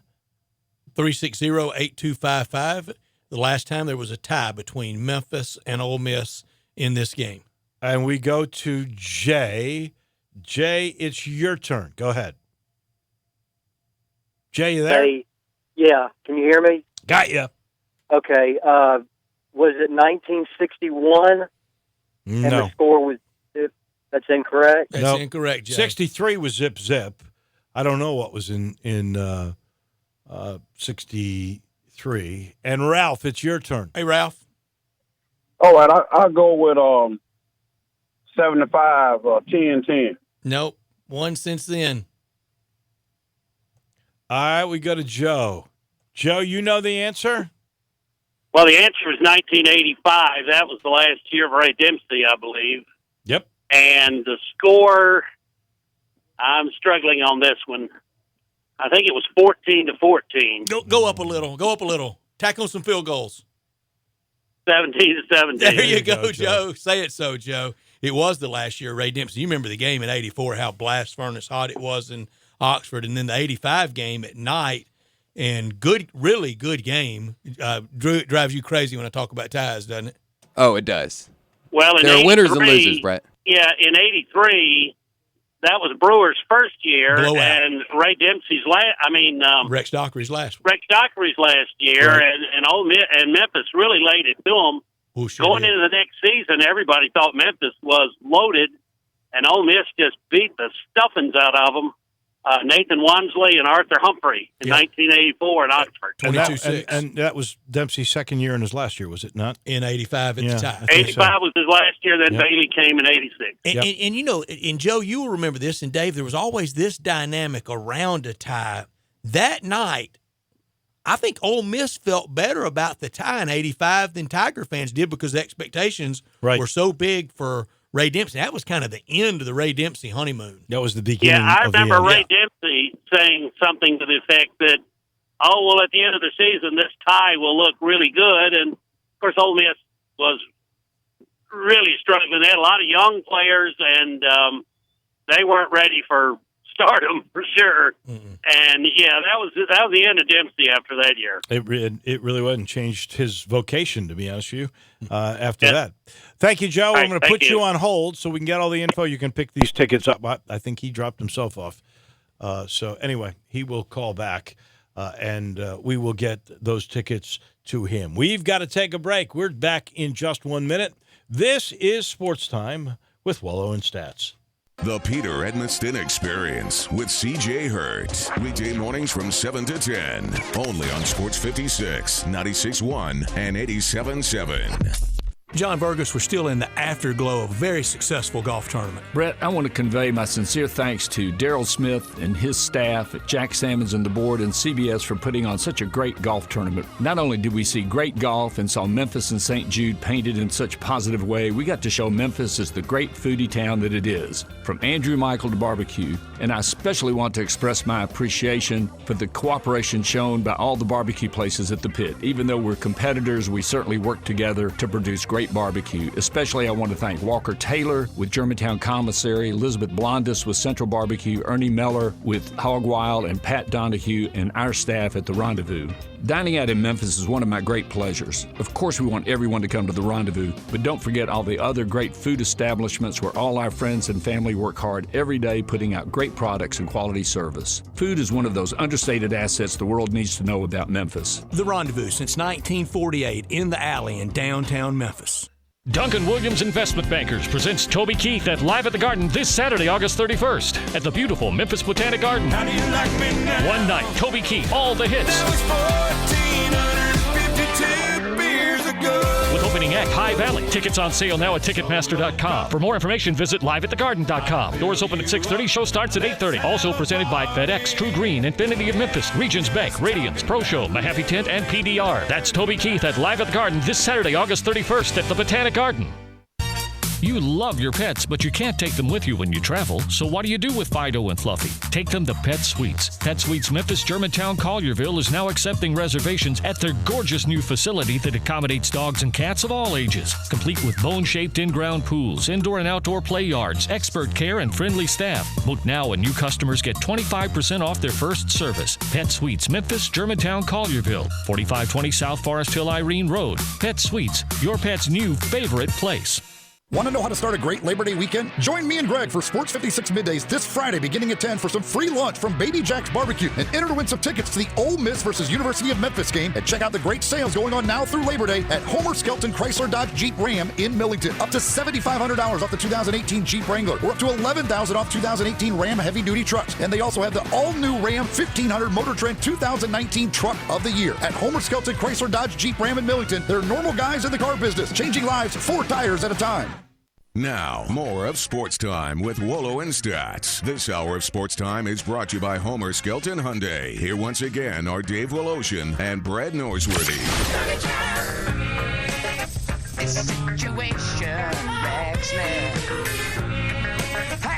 Welcome back in. Title sponsor of this hour of the show. You know it's Homer Skelton Hyundai in Olive Branch.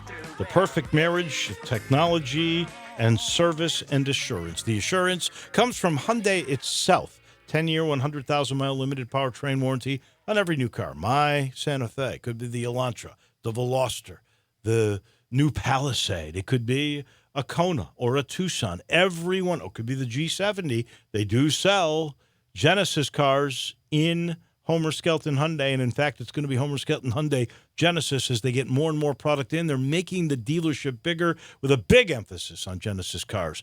And there's the shopper assurance. Now, that's special. That is the brain trust, the brainchild of Chris True, the general manager. And basically, I want you to go in and say, talk to me about that. And they will. And you'll understand why it's so good. All you got to do is get on Lamar. Take it into Mississippi, the first exit's Craft Road, turn left, and you will be at the place where really it's the model for how car business should be done. It's Homer Skelton Hyundai. Russell Copeland joins us now, and a week from tonight, the Bears, the Packers, for all the marbles. There was a promo that they're doing with the Bears guys and a teddy bear, and of course they go doink doink with the double doink. I wish this whole craziness with the kicker would go away. Well, Dave, if you look at the season that your Chicago Bears had last year, I think they had a great opportunity to be able to advance throughout the playoffs. But I think the Achilles heel for that football team last year was the kicker. So it's not going to go away until once we start this season and it comes down to the kicker being able to make a kick, and the Chicago Bears can win a football game, a meaningful football game, when they need their kicker to make kicks. Make some kicks, and that'll change the narrative. Exactly. And I think last year, when you look at Matt coming in for his first year, I think what he was able to do, Nagy, what he was able to do his first year with all of the weapons that he had, I think Trubisky was a big question mark. But I think when you look at that football team overall, I think the defense for me was the biggest surprise. When you went out and you had to trade for Khalil Mack, I think he brought that defense up to the type of defense that we are accustomed to the Chicago Bears playing. The Chicago Bears of the late 80s, the Chicago Bears of the mid-2000s. And I think having special teams, I think you definitely have to have a special team that's very good, especially a kicker, especially when you're playing in that division. When you're playing in that division, when it's cold, when it's raining, when it's going to be a black and blue type of division, you're going to be able to have to win games with 2 seconds left, a second left, even the last minutes by your field goal kicker. On a frozen field. Just out of curiosity, since we're talking about kickers, did you see the Real Sports piece on Justin Tucker? I think it was Real Sports. It could have been 60 Minutes, but I think it was Real Sports. Justin Tucker, who is the most accurate kicker in the NFL. For the Ravens. Do you know that he's also an opera star? That if he wasn't a football player, and he makes, I think he's the highest paid. I think he makes $5 million a year, and he's not good enough to make that much money in opera. But if he really dedicated himself, he could be a top-notch opera guy, and he sings on the piece. It's fantastic. What is he? Is he a tenor? Yeah, he's a tenor with great range. He did Figaro. Figaro was incredible. Be careful with the singing, Dave. Russell, who else out of that NFC North? If it's not the Bears, is it Packers, Vikings, Lions? Who? Not Lions. You know, guys. I do think that division is going to be one of the toughest divisions. But when I look at the Vikings, I like what the Vikings are bringing. But I think the biggest thing for the Vikings now, they want to get back to defense. I think last year a little bit they stepped backwards from the year previously when they had an opportunity to go to the Super Bowl.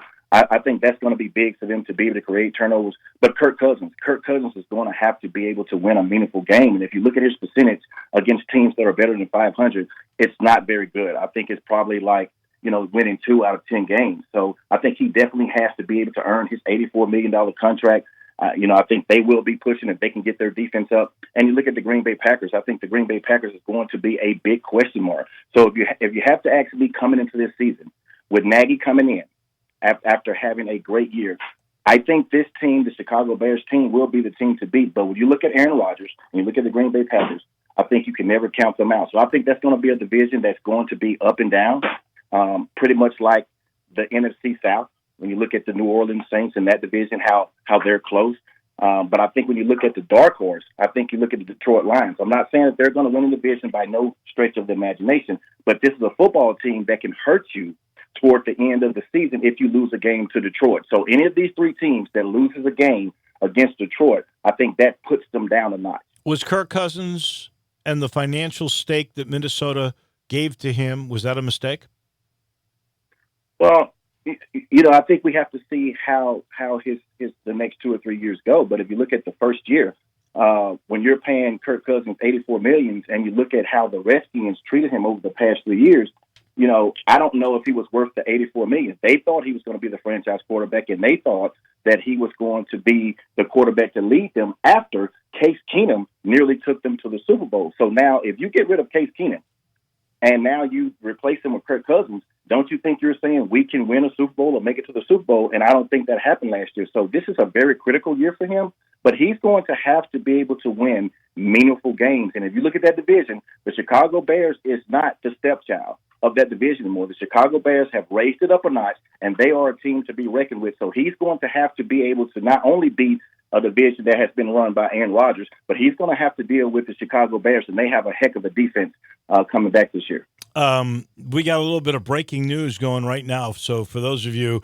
even though we're talking NFL, those of you who love college football, matters Saturday night for Auburn and Oregon. And Nexstar and DirecTV just finally came to an agreement. So you will get the ABC game on Channel 24 Sunday, and you'll get the Tiger game Saturday morning at 11 o'clock on ABC 24 if you've got DirecTV. I was going to tell people just go buy Rabbit Antenna because you get about 28 channels digitally on those antennas now. But now you don't have to worry about it. And Russell, just like the Ezekiel Elliott holdout, there's nothing like a deadline in negotiations. They had to get there in the TV world, and Ezekiel Elliott will be in Cowboys camp this time next week. Won't he? Well, I think, we're just going to have to be able to see. But I think at the end of the day, for my opinion, I think this Cowboy team has to have Ezekiel Elliott in camp. He has to be in shape, and he has to be prepared to go. And, you know, I just think that Ezekiel Elliott is the straw that stirs the drink when it comes to the Dallas Cowboys. And I like, you know, what Dak Prescott has been able to do as far as a starting quarterback, as far as wins and losses, but as far as him commanding a team and having to win games where you put 8 men in the box and you're stopping the running game, to me, he has not been able to prove and win meaningful games. I mean, the games that you need to win and make the throws that he needs to be able to make in order to put his team over the top, over the edge, when he has to be that guy instead of having to depend on Ezekiel Elliott of running the football, and then everything else opens up for your play action and being able to hit down the field. He needs to be able to come out when they're putting 8 in the box and they're playing man-to-man coverage. He has to be able to hit the open receiver, especially when they're going to double Amari Cooper. Okay. If I'm looking at the New York Giants, and they've had a good spring, and I'm looking at Daniel Jones, I'm wondering how long Eli Manning keeps the starting nod. What do you think? I think he keeps the nod if they're winning. If they start off the way they've started off the past couple of years and you're in rebuilding mode, I think you have to be able to look at practice and you have to see how Jones has been playing in practice. How is he picking up the offense? But I think it's going to depend on probably the first quarter of the season. How are the Giants going to be the first quarter of the season? Or should I say, how is the offense looking and how is Eli Manning looking despite they may not be winning games? If he's not winning, I think you see your first-round quarterback Jones starting the second quarter of the season, and that would be game number 5. Okay. Any last games this weekend that you care about? Because this all of them are tonight. They're all tonight. That's all right. 16 are tonight. Is there anything? Because this is basically where we decide the last 2 or 3 guys on the team, right? Well, you know, Dave, when I look at it now, you know, veterans are not going to play. You're going to rest your veterans. You're going to get your veterans to heal, to be prepared for opening week next weekend. You're looking at maybe a few guys to fill out your roster of the 53-man roster. So, you know, tonight I'm not even going to watch football. You know, you may have a backup wide receiver that's going to play special teams. You know, you may have a backup linebacker that's going to play special teams. But pretty much you're forming your special team guys unless there's one particular guy that you look at. He's young. He may not be picking up the offense, but you want to maybe hide him and put him on the practice squad. But other than that, you know, tonight for me is really meaningful. Russell, we truly appreciate it. And when we talk next Thursday, it will be pregame for the Bears and the Packers. Can't wait for that. Thank you, my friend. Before you go, what do you think happens Saturday, 11 o'clock in the Liberty Bowl, your alma mater against Ole Miss? Man, I'm very excited about it. But I think, guys, overall, I think from an offensive and defensive standpoint, we have to be strong offensively. We have to be able to protect the quarterback. And from a defensive standpoint, I think first and foremost, we have to be able to get after Coral. He's going to be a freshman quarterback coming out and have to see what type of offense Rich Rodriguez is going to try to run. And I think he likes to run the football. That's been his history. Mm-hmm. So we have to be able to be strong up front and be able to stop those 2 running backs that they're going to be able to have. So I like the Tigers by 6. And I just think it's going to, you know, definitely look at it and see what type of football team both of these teams are going to have to start the season, because Ole Miss coach is definitely fighting for his job. Tell you what, based on what you just said, and in discussions I've had with my friend Brett Norsworthy, we both agree. I think both defensive lines and linebackers are going after the quarterback. I'm going to try to line and up. Establishing the run. You know, one thing about Rich Rod that I do appreciate is that we know the guy's one of the best play callers in America. I think that's a fact. It was a great pickup for Ole Miss. But he also plays to the strengths of his personnel. And I think there's no doubt with Scotty Phillips and these other young running backs they got, including the kid Memphis almost got, Snoop Connor, that's their best offensive strength, at least at this point coming in. I agree. I think they're going to try to run the football like crazy.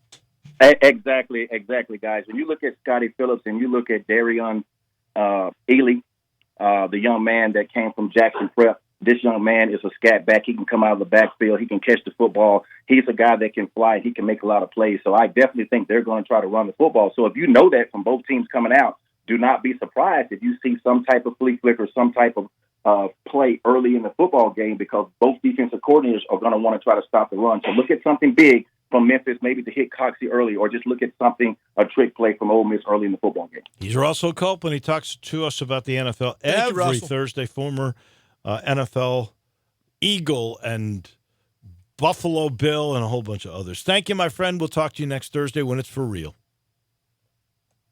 That's Russell Copeland. I'll let you know. He comes to you, brought to you by the Schrader Orthopedic and Stem Cell Treatment Center. This is new medical technology. Well, it's not so new. They've been doing it for a while now. But you had a guy in Dr. Schrader who brought this type of medicine to Memphis really in about 2012. He was a patient as well, shoulders that were bothering him. And he got involved with this California-based research group, and they decided the best way to do this would be to do stem cells from your own body, your own stem cells, and that's what he does. He takes them out with a little procedure, no stitches involved, little slit, ultra. They are able to just basically take out your own stem cells from right underneath your navel, and then concentrate it to the purest form. Then it's back injected back into you with the areas of concern, whether that's your back, your joints, whatever it may be, while he's giving you an IV. Stem cells are really effective, and this is a non-invasive procedure. It only takes a couple of hours, and it is an alternative to surgery. So if you're in pain or you really want to get back to playing golf or tennis, hunting, fishing, gardening, playing with grandkids, call Dr. Schrader at the Schrader Orthopedic and Stem Cell Treatment Center, 465-4300. That number is so simple, 465-4300. This could be a new lease on life thanks to the Schrader Orthopedic and Stem Cell Treatment Center. We got a lot of picks to do. Bama and MSU, that's next when we come back to Sports Time with Wolo and Stats. Sports 56 now has 2 FM homes. You can now find real sports talk on 96.1 as well as 87.7 on your FM dial. Tee it up at Edwin Watts Golf Shops this Labor Day weekend for the trade-in, trade-up sale. Trade in your golf balls and get $3 towards a new dozen. Trade in your shoes and get $10 towards a new pair. Trade in your golf bag and get $25 towards a new one. And get a 50% bonus trade-in on your old clubs. And remember, be sure and check out the new T-Series irons from Titleist. It's all happening now through Labor Day at Edwin Watts Golf Shops, home of the 90-day satisfaction guarantee. Edwin Watts Golf Shops, serving golfers since 1968. Spencer here with ATC Fitness. We have exciting news. All premium members of ATC Fitness now have access to our newly added hydro massage lounges. That's right, for only $25 a month, you'll have access to all 18 state-of-the-art facilities, access to tanning, and now access to the best massage unit on the market. Come in today and relax with a free demo. You deserve it. Don't forget, you can also sign up online. ATCFitness.com. ATC Fitness, exercise your right to look good. Grizz Nation, save big on tickets for the upcoming season with exclusive game pack deals. Only want to attend the big games? There's a pack for that. Love catching weekend games? There's a pack for that too. Plus, extended payment plans available. So grizz up and call 901-888-HOOP or shop grizzlies.com today. You love your pets, but you can't take them with you when you travel. So what do you do with Fido and Fluffy? Take them to Pet Suites. Pet Suites Memphis, Germantown, Collierville is now accepting reservations at their gorgeous new facility that accommodates dogs and cats of all ages. Complete with bone-shaped in-ground pools, indoor and outdoor play yards, expert care, and friendly staff. Book now and new customers get 25% off their first service. Pet Suites Memphis, Germantown, Collierville, 4520 South Forest Hill Irene Road. Pet Suites, your pet's new favorite place. Now, more of Sports Time with Wolo and Stats. This hour of Sports Time is brought to you by Homer Skelton Hyundai. Here once again are Dave Ocean and Brad Norsworthy.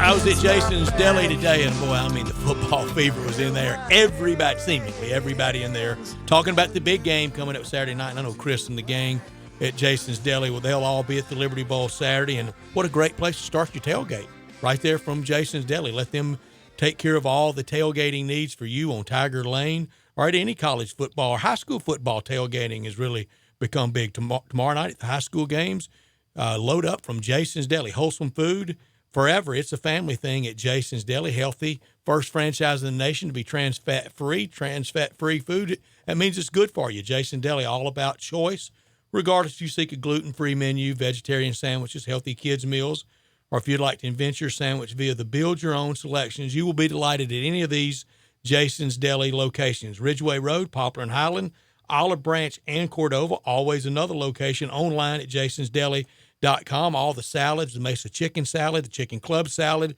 the nutty mix-up salad, the big chef salad, the chicken Caesar salad, and I love the taco salad. The lighter portion, it's big, and then the original, it's real big. Plenty of organic food to choose from, and that salad bar where you can make your own. Over 30 items just on the salad bar. Catering anytime, anywhere, and for tailgating needs, for party needs, don't forget about Jason's Deli. And if you're in the restaurant, free ice cream at any of these locations, Ridgeway Road, Poplar and Highland, Olive Branch, and Cordova. Check them out online as well at jasonsdeli.com. All right. Time to make some more picks. This is where I make all my friends with Mississippi State people. I'll let you go first for that reason. Can we start with State or Alabama? It's easy with Alabama. Which one? Start with State. Mississippi State, they start with wins over Lou Lafayette, Southern Miss, Kansas State, and Kentucky. They're undefeated when they head to the Plains and lose to Auburn. And then I think the toughest game of the year to pick for either of these teams, either Tennessee or Mississippi State, and it's not very often that State travels to Knoxville. I think they go up to Knoxville and lose to Tennessee. Then they defeat LSU in Starkville, as we predicted yesterday, going over the LSU schedule. They lose at College Station to A&M. They win in Fayetteville against Arkansas. You've got Arkansas winning that game, Dave. They lose in Starkville in the Battle of Highway 82 when they play Alabama. They beat Abilene Christian. Clint Longley's alma mater. Remember him? The Mad Bomber from Thanksgiving's years ago. Speaking of Thanksgiving night, battle for the Golden Egg. The trend continues. Rhodey wins. Rhodey's won every year since 15, 16, 17, 18. Make it 19. Ole Miss wins the Battle of the Golden Egg Thanksgiving night. So you've got 7-5, 3-5. All right. So I've got a similar. Well, I got the exact same record, but a little different way. I've got them beating Louisiana Lafayette and Southern Miss, beating Kansas State and Starkville and Kentucky. Then they hit the skids. They have to go to Auburn, and that's an ouch. They got a break, but then they play Tennessee in Knoxville. That's an ouch. It's an ouch in. At home to LSU. They lose in College Station to A&M 4 in a row. Now they're 4-4. They bounce back against Arkansas in Fayetteville. They lose to Alabama. They beat Abilene Christian. I think the trend stops. I think they beat Ole Miss in the Egg Bowl, and so I've got them 7-5, and I've got them 3-5. Cross-check your Arkansas State picks. Arkansas, Mississippi State. Arkansas, Mississippi State? Yeah. What'd you have Arkansas doing against them? Winning that game. That's the only game they win. Okay. What'd you have State doing in that game? Winning that game. You're right. Yeah. Ooh. Virtually impossible. I blew that. Yeah. Come on, Dave, man. Huh. So I got it truly is sad. 6-6 and 2-6, I guess. Yeah. Boy, we got to check all Dave's picks now, aren't we? We really are. First one. Yeah, it is the first one. I did it the other day on South Carolina, and y'all caught me. It happens. Okay. It's kind of the first sign, but it happens. I got them 6-6 and 2-6. Yeah. So you're staying with Arkansas winning in Fayetteville. You can change now. Well, then Arkansas wouldn't lose the game, and I think they're going to win one conference game. Some of this, in full disclosure, is that I kind of figure they're going to win a game, and I try to figure out where. That's the tough part. And that's where. And if Arkansas doesn't win next weekend in Oxford, they've got to be thinking, if we can't beat Ole Miss, who are we going to beat in the West? Who are we going to beat in SEC? I agree. True.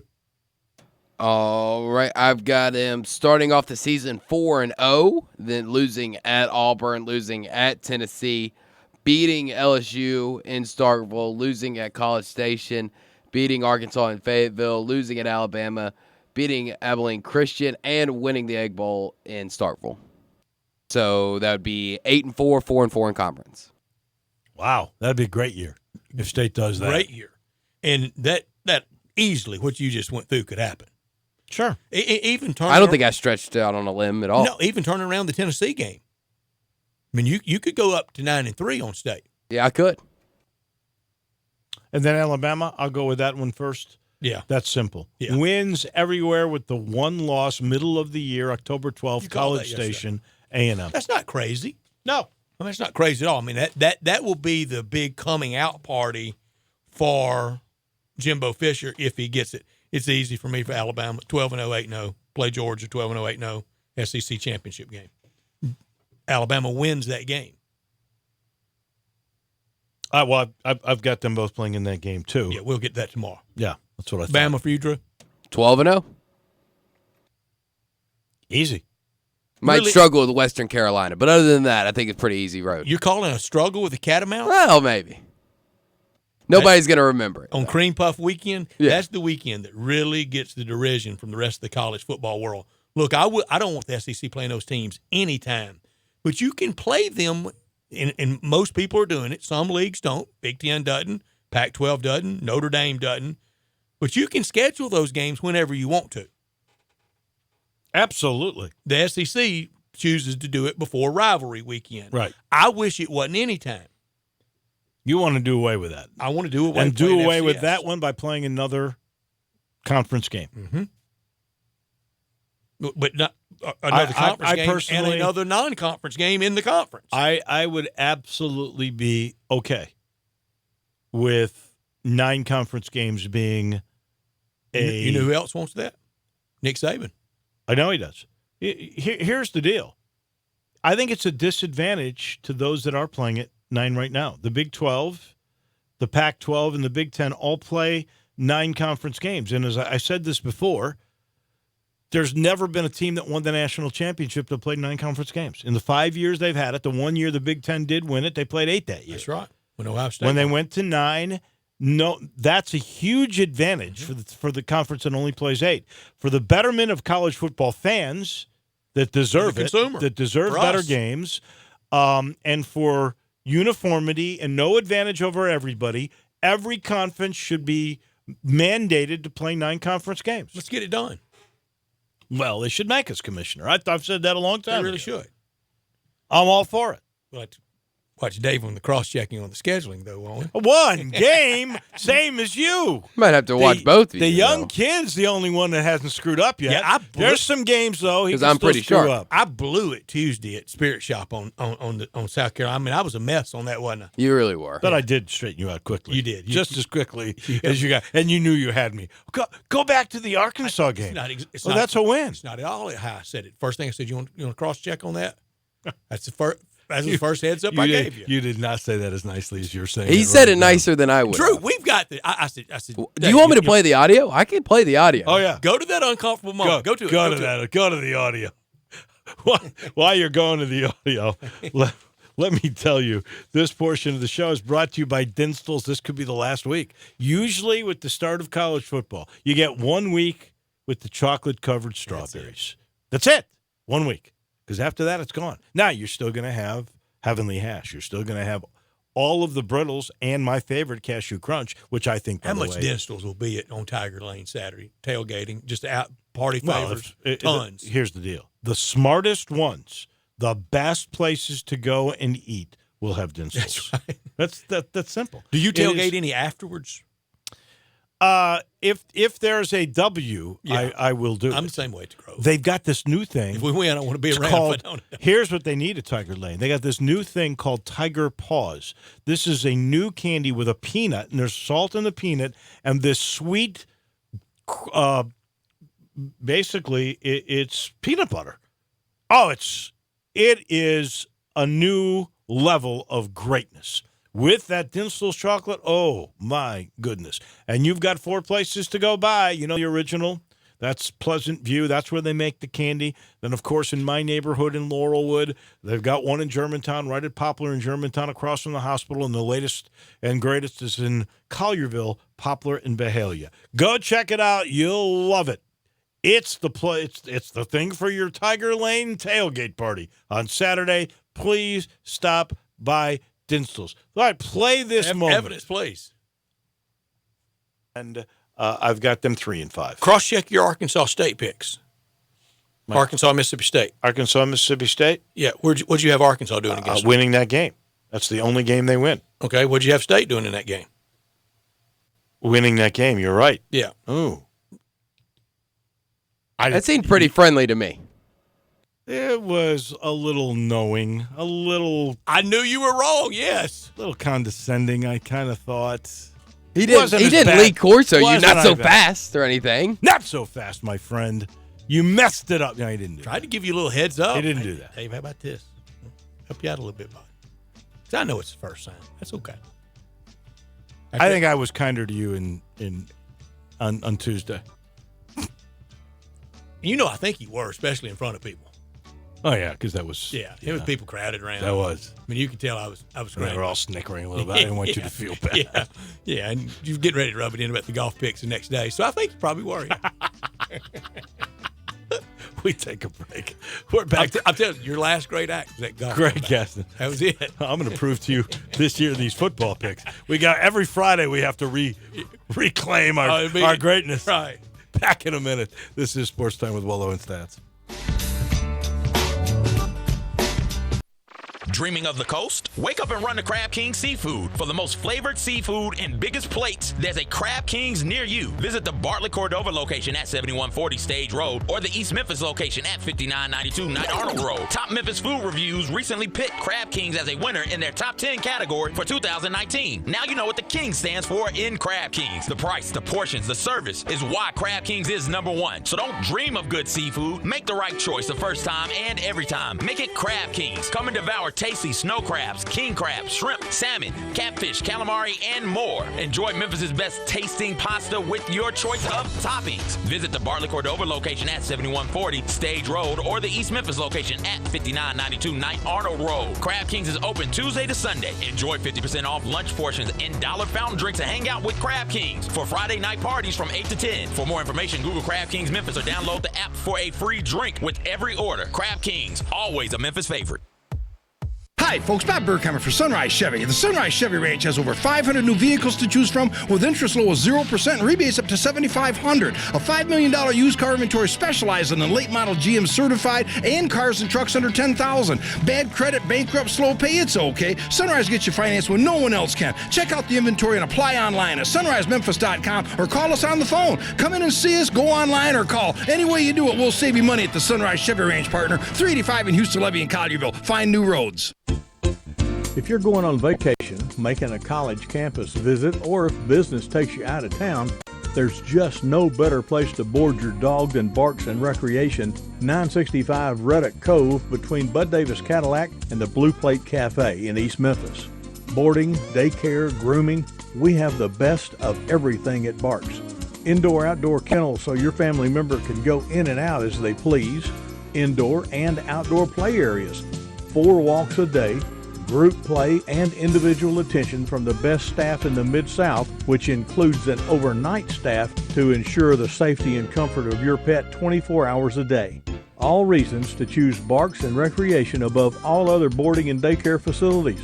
BarksDaycare.com or 509-0909. Check us out and make your reservations now at BarksDaycare.com. If your dog could speak, he'd say Barks.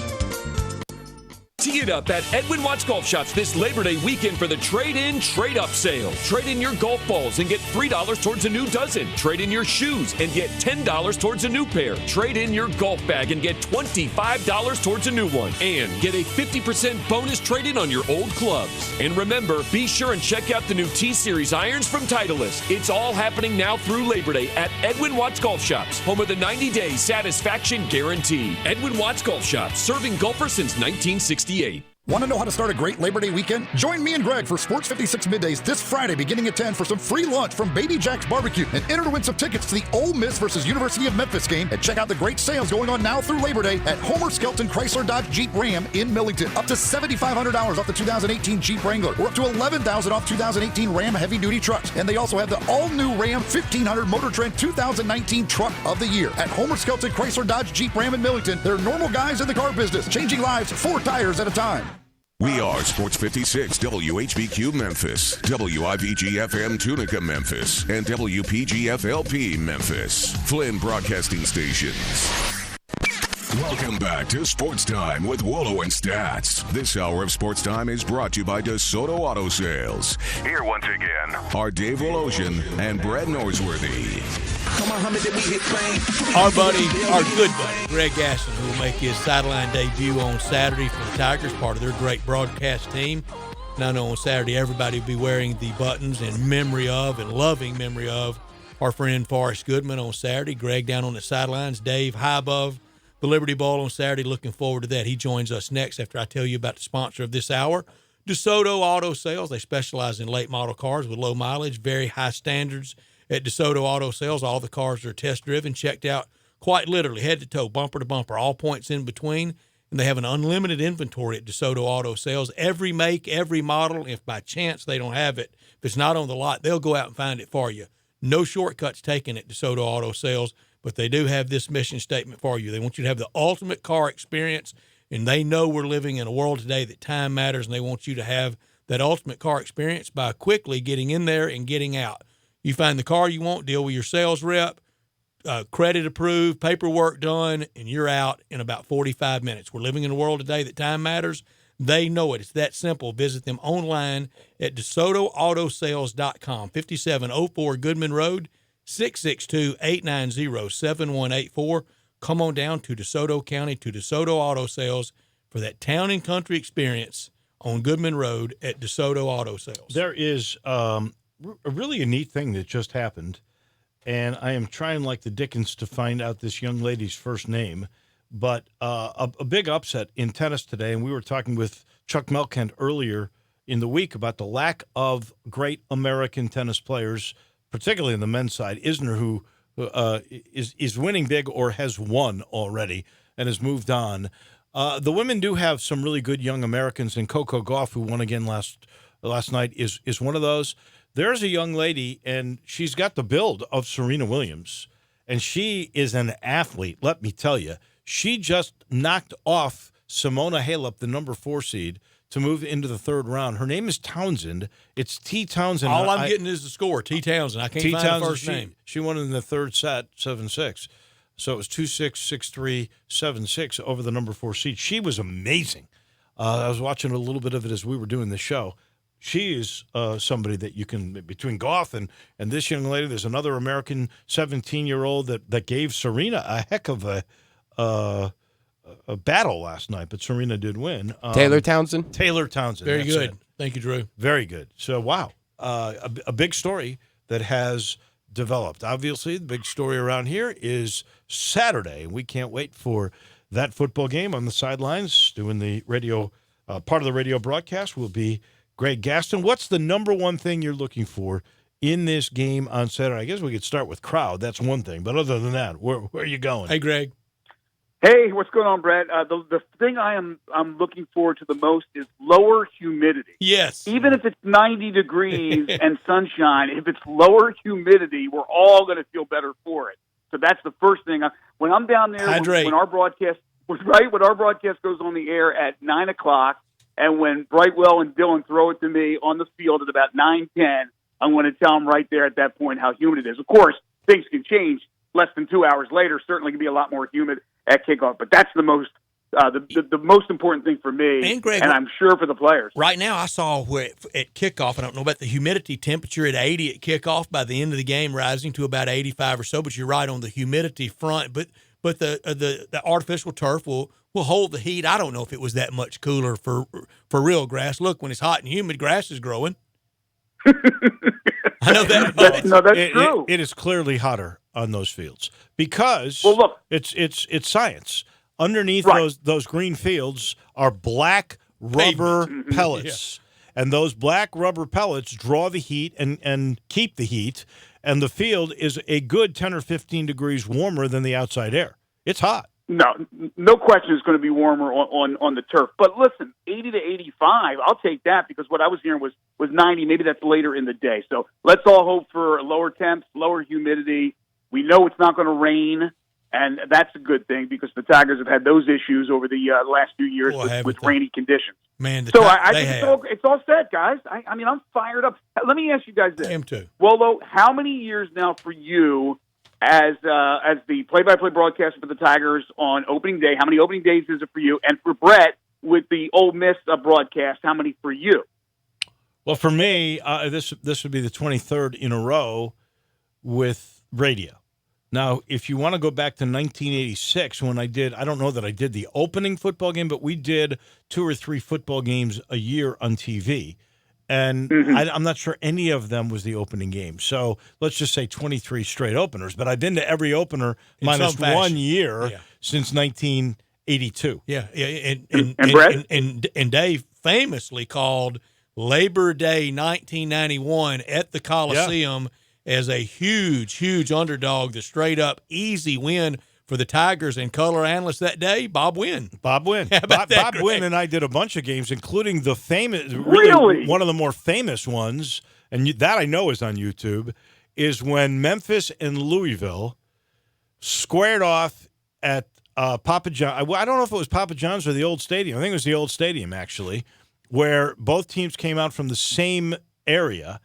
And there was a fight when they pushed Memphis out. A pretty good and one. John Flowers, who still works for the university and is part of being a foreman over all the new building that goes on, but he was on the field and he got absolutely, KO'd. Sucker punched, KO'd. I'm sorry, John. And we got it all on camera. We can only laugh because now, Greg, for me, this will start my 12th year with Ole Miss, but this will be my 27th.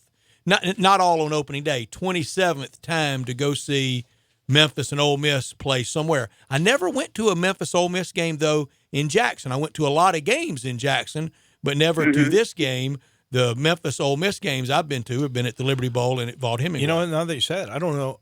Like I told you, in 80, you went to the Egg Bowl. Was the Egg Bowl with Forcade and Bond, and Forcade engineered the winning series, and they won it at the end. I'm not sure I ever saw a Memphis Ole Miss game in Jackson. When was the last time they did that? Last time? There's been 5. There's been 5 games. I looked it up today, and I'm trying to remember the last. Was it the mid-'80s? I don't think so. No, I think it's earlier than that. I would have been there for that, yeah. But 12 years for me starting with Ole Miss on Saturday, and I'm still the newbie on the crew. I still have to carry all the stuff as initiation. That's what you're going to have to do this week, Greg. Well, listen, look, I've been in the broadcast business 34 years. Yeah. And as you guys know, I've done Tiger football games on TV as play-by-play. I even substituted one time as the color analyst for Wolo when he was doing play-by-play at Marshall, which is a strange thing. Last year, I did a sideline game for Houston. So I've been a part of it, and, of course, doing the coaches shows for all those years on TV. I traveled, and we did the game at Papa John's Stadium, not the game that Wolo referred to, but another game where the Tigers just drilled Louisville. The game in Tulsa where they lost in overtime. Oh, that one in Papa John's, that was when Papa John's was pretty new, and they called that the Pile of Feathers game because that was the next day. That was the headline, in the Courier-Journal. Dave? Right. No, exactly right. I mean, so I've had all those experiences through my career in Memphis, and I've been here since '95.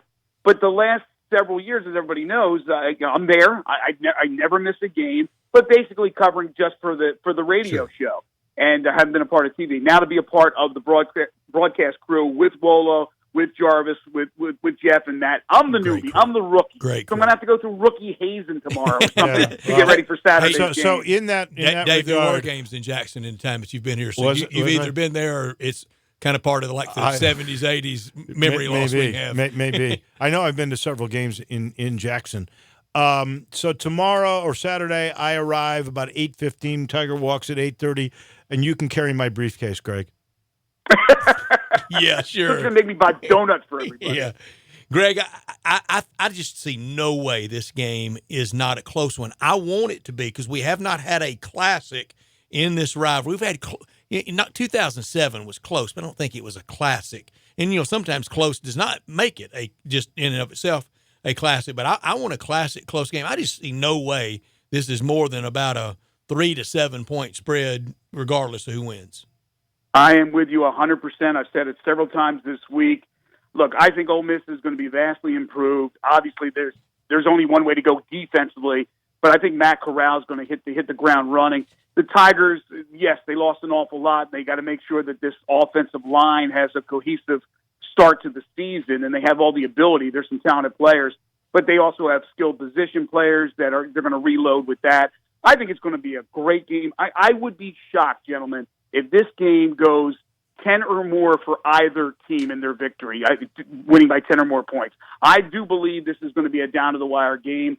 I have it a 6-point game. It's interesting. The line went from 6.5 to 5.5, so it's right there in the middle of where I think this game will go. I did pick Memphis on the show today, but I think this is going to be a heck of a game. All right, Greg, you first, and I want your input, Dave. I'm going to give you two scenarios, regardless of the victory, but you tell me which one this helps the most. If it's, say, and this is kind of a low-scoring affair now, if it's 21-17, who would that necessarily help?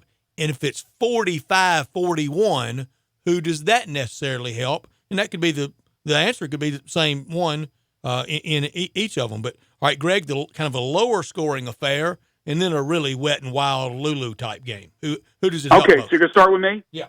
Lower score, I think, would favor Ole Miss. And the reason I say that is if Memphis isn't scoring points, and we know they can score against the best of them, and you got an Ole Miss defense that's coming off a terrible year, hoping to get better. I assume they will get better, but that tells me that there may be some turnovers. So I would say that would favor Ole Miss. A high-scoring affair, a shootout, I like Memphis. I like Memphis in that game, that type of game. Well, they're both scenarios where they're 4 points. So if I were either team and I'm going, it was 21-17, probably there weren't a lot of turnovers. The game was pretty physical, and both teams are going to say, we're much better defensively. We knew we were going to be better defensively. If it's 45-41, I do think that favors Memphis because I think Memphis, at least on paper, with what we already know, kind of batting the bottom of the ninth, too, at home. has the more balanced offense. Right, let's face it, we don't know what Corral can do. We don't. But we do know this. We do know that they have a big offensive line. We do know that Scotty Phillips would have been a 1,000-yard rusher if he hadn't gotten hurt, and he's the real deal. We do know that there's over 200 opening day last year. There's two other running backs on the roster that are really good, but we don't know. I mean, they got a couple of receivers that are coming back. They're not exactly chopped liver, but they're not the same guys that you lost. Yeah, they're not Dante, Laquan, AJ. And the DK. quarterback, we don't know. I mean, he had a lot of pedigree coming in, but you got to do it. That's right. So I think if it's high scoring, it definitely favors Memphis. Well, let me add one. Oh, by the way, Brad Logan hits us up on Twitter. Yeah. Brett, 1988, I was right. Yeah. That was the last one in Jackson. Yeah.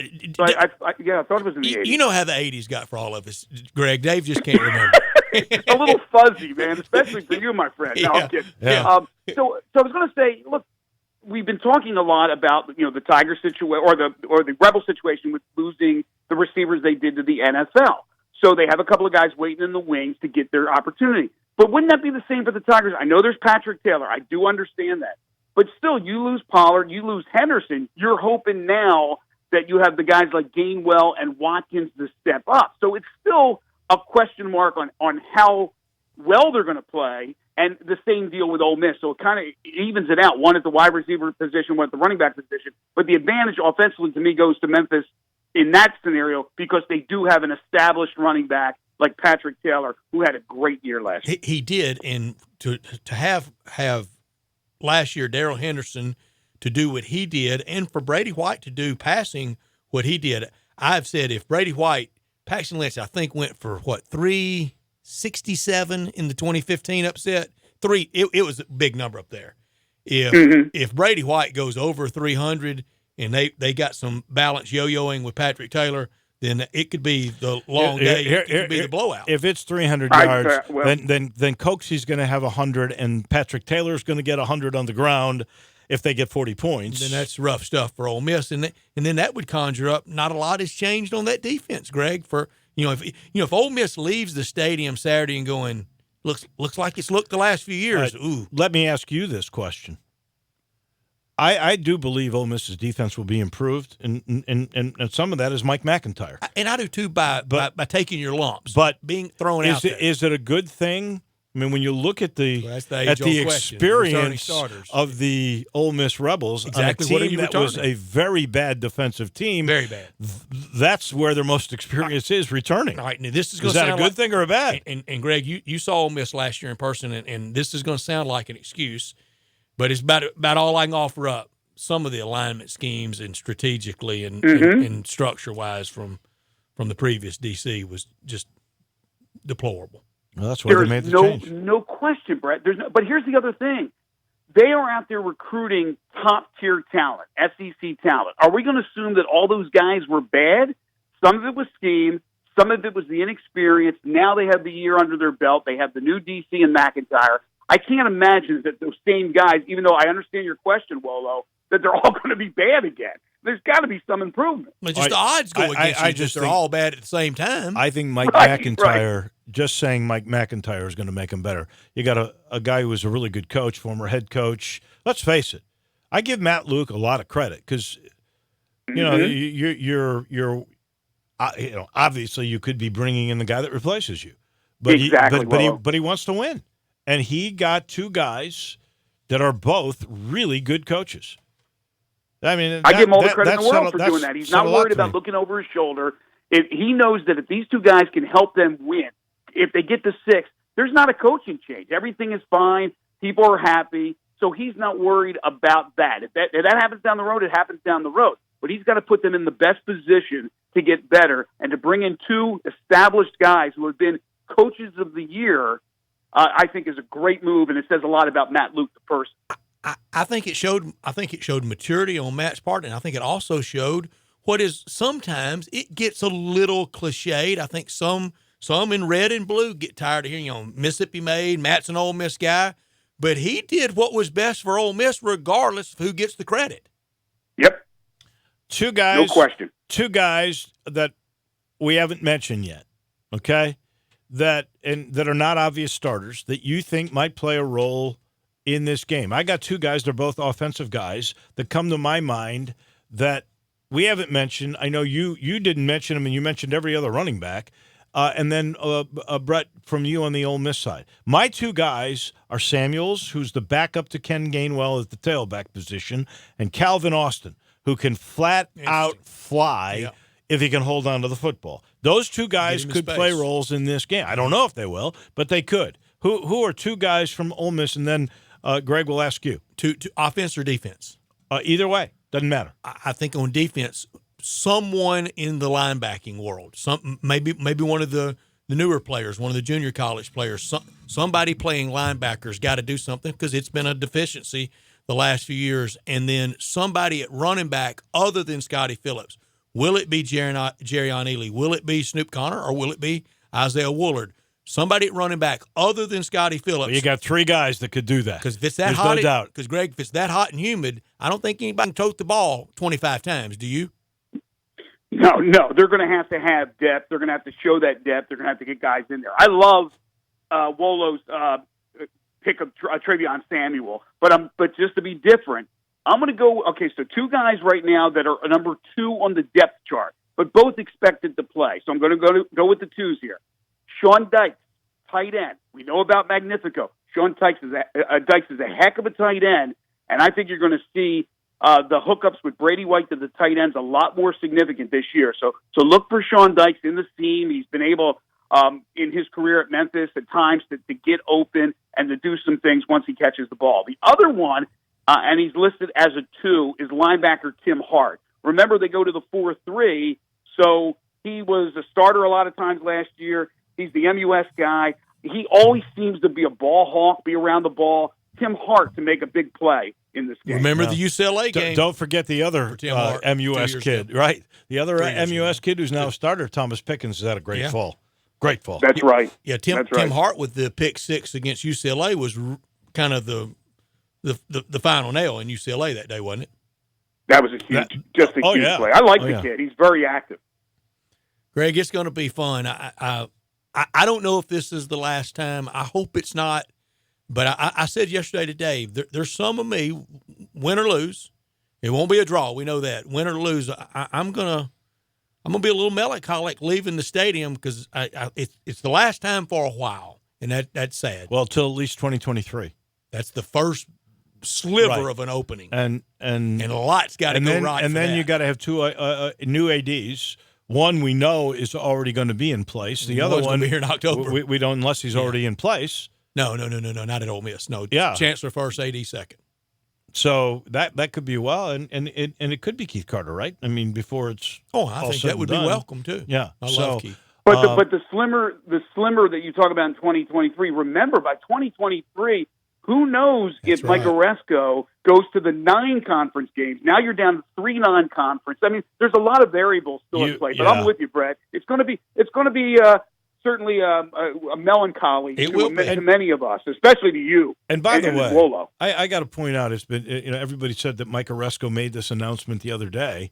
He told us on this radio show a month ago when I asked him point blank about what the plans were really going to be, and he said basically what he said the other day, which is we're going to appeal. We want to go to the Big Ten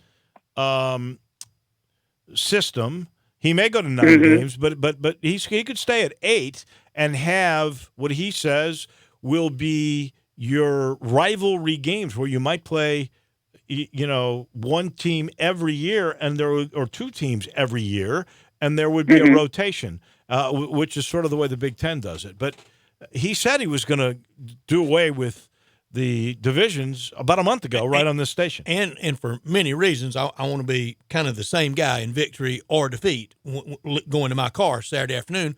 But also this, to the victor, Ole Miss or Memphis, I wouldn't talk too much because, boy, in a blink of an eye, that basketball game is going to be wheeling around at FedEx Forum come November.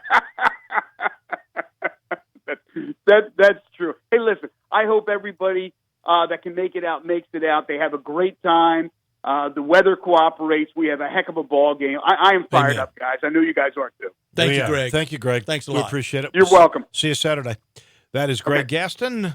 You hear him every midday right here on Sports 56 and 87.7. And, of course, we got it all coming your way with 96.1, too. I'll let you know this portion of the show is brought to you by Homer Skelton Hyundai in Olive Branch, 11 years in a row, the #1 certified pre-owned car dealership in Memphis. Now, there's a couple of reasons for that. One's the product. And, it used to be 60,000 miles. That was the most you could be to be a certified. I think they're raising the amount because these cars last forever. And that's why you get assurance. Hyundai Assurance, 10-year, 100,000-mile limited powertrain warranty on every new car, including my Santa Fe, which is the best car I have ever owned, and I've owned some luxury cars. And they got luxury cars there, too. They sell Genesis cars. And they got a thing they call the Shopper Assurance. This is just from Homer Skelton Hyundai, and this is Chris True, the general manager's brainchild. This is where they pledge to you transparent pricing, flexible test drive. You can take the car for a couple of hours, a couple of days, if you really want to get a feel. When you decide to buy, in and out, streamlined buying process. And then if you've got any buyer's remorse, they got the 3-day worry-free exchange. 3 days to change your mind and exchange the car. You can't beat it. Homer Skelton Hyundai in Olive Branch. Take Lamar, first exit Mississippi's Craft Road. You will arrive at the place where they do business the right way. That's Homer Skelton Hyundai. Back in a minute, we talk some baseball with our friend Ken Doolin. He's next on Sports Time with Wolo and Stats. Greg Gaston and Eli Savoy get you through the midday with Sports 56 Middays. Delivered by FedEx. Weekdays from 10 till 1 on Sports 56, 96.1 and 87.7. You knew the risks when you decided to drive drunk. There could be a crash. People could get hurt or killed. But that didn't stop you, did it? You knew you could get arrested. You could incur huge legal expenses, and you could possibly even lose your job. You were well aware of the consequences of driving drunk. But one thing's for sure. You were wrong when you said it was no big deal. Drive sober or get pulled over. This message brought to you by NHTSA. Are you tired of all the clouds and bad weather? Rain brings pollutants that can wreak havoc on your car's finish, but there is someone who can help. Car Wash USA Express has introduced their most advanced car wash yet with the exclusive Polymer Pro Wash, creating a stronger, more consistent protective sealant for your car's finish. Polymer Pro can only be found at Car Wash USA Express, where attendants are always on duty to keep you and your vehicle safe. For more information and locations, visit carwashusaexpress.com. Car Wash USA Express, because a dirty car is a dirty shame. There's a new commissary in town in Collierville. Germantown Commissary is doubling. Yeah, they're still going to have the old Germantown Commissary by the tracks, but now there's a huge new Germantown Commissary in Collierville at Poplar and Houston Levee Road. It's huge, too. There's a drive-through. There's plenty of parking. No telephone pole to get in your way. A cool patio. It's right by the track, so the tradition continues. And this is a tradition that's been around forever. That commissary is famous for hickory-smoked, slow-cooked Memphis-style barbecue. They've got a private party room at the new one in Collierville. Self-catering still continues. Party packs for $5.95.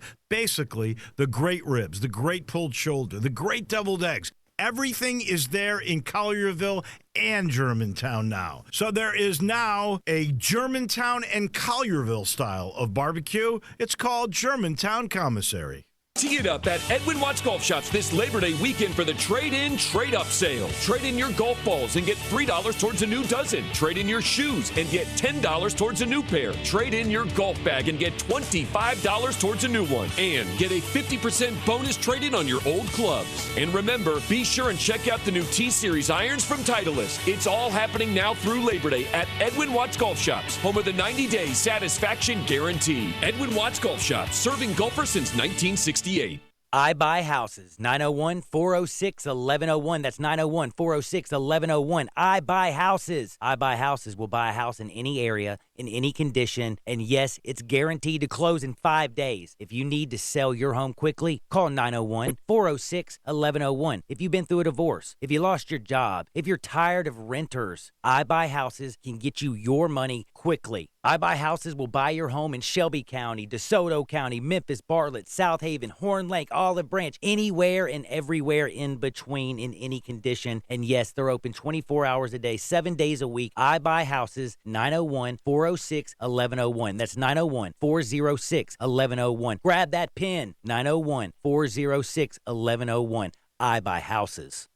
It's Shaq from Homer Skelton Chrysler Dodge Jeep Ram in Millington. Huge deals going on for Labor Day, and come see us get a great deal. We've got Jeep Wranglers, $7,500 off. Ram, $2,500 and $3,500 trucks, $11,000 off. Wow. For you working guys, we are a business link dealer. Bring your vehicle into service. You're not going to be down. We're going to give you something equivalent to what you have so you can get right back on the job site. Find us in Millington at Highway 51 and 385, or find us at HomerSkeltonCDJ.com. Just a bunch of normal guys in the car business, changing lives 4 tires at a time. Got something you want to get off your chest? You better have a backup plan. Want to join the conversation? Someone needs to tell him he has to grow up. Join us on the First Bank phone lines at 360-8255 or the First Bank text line at 67129.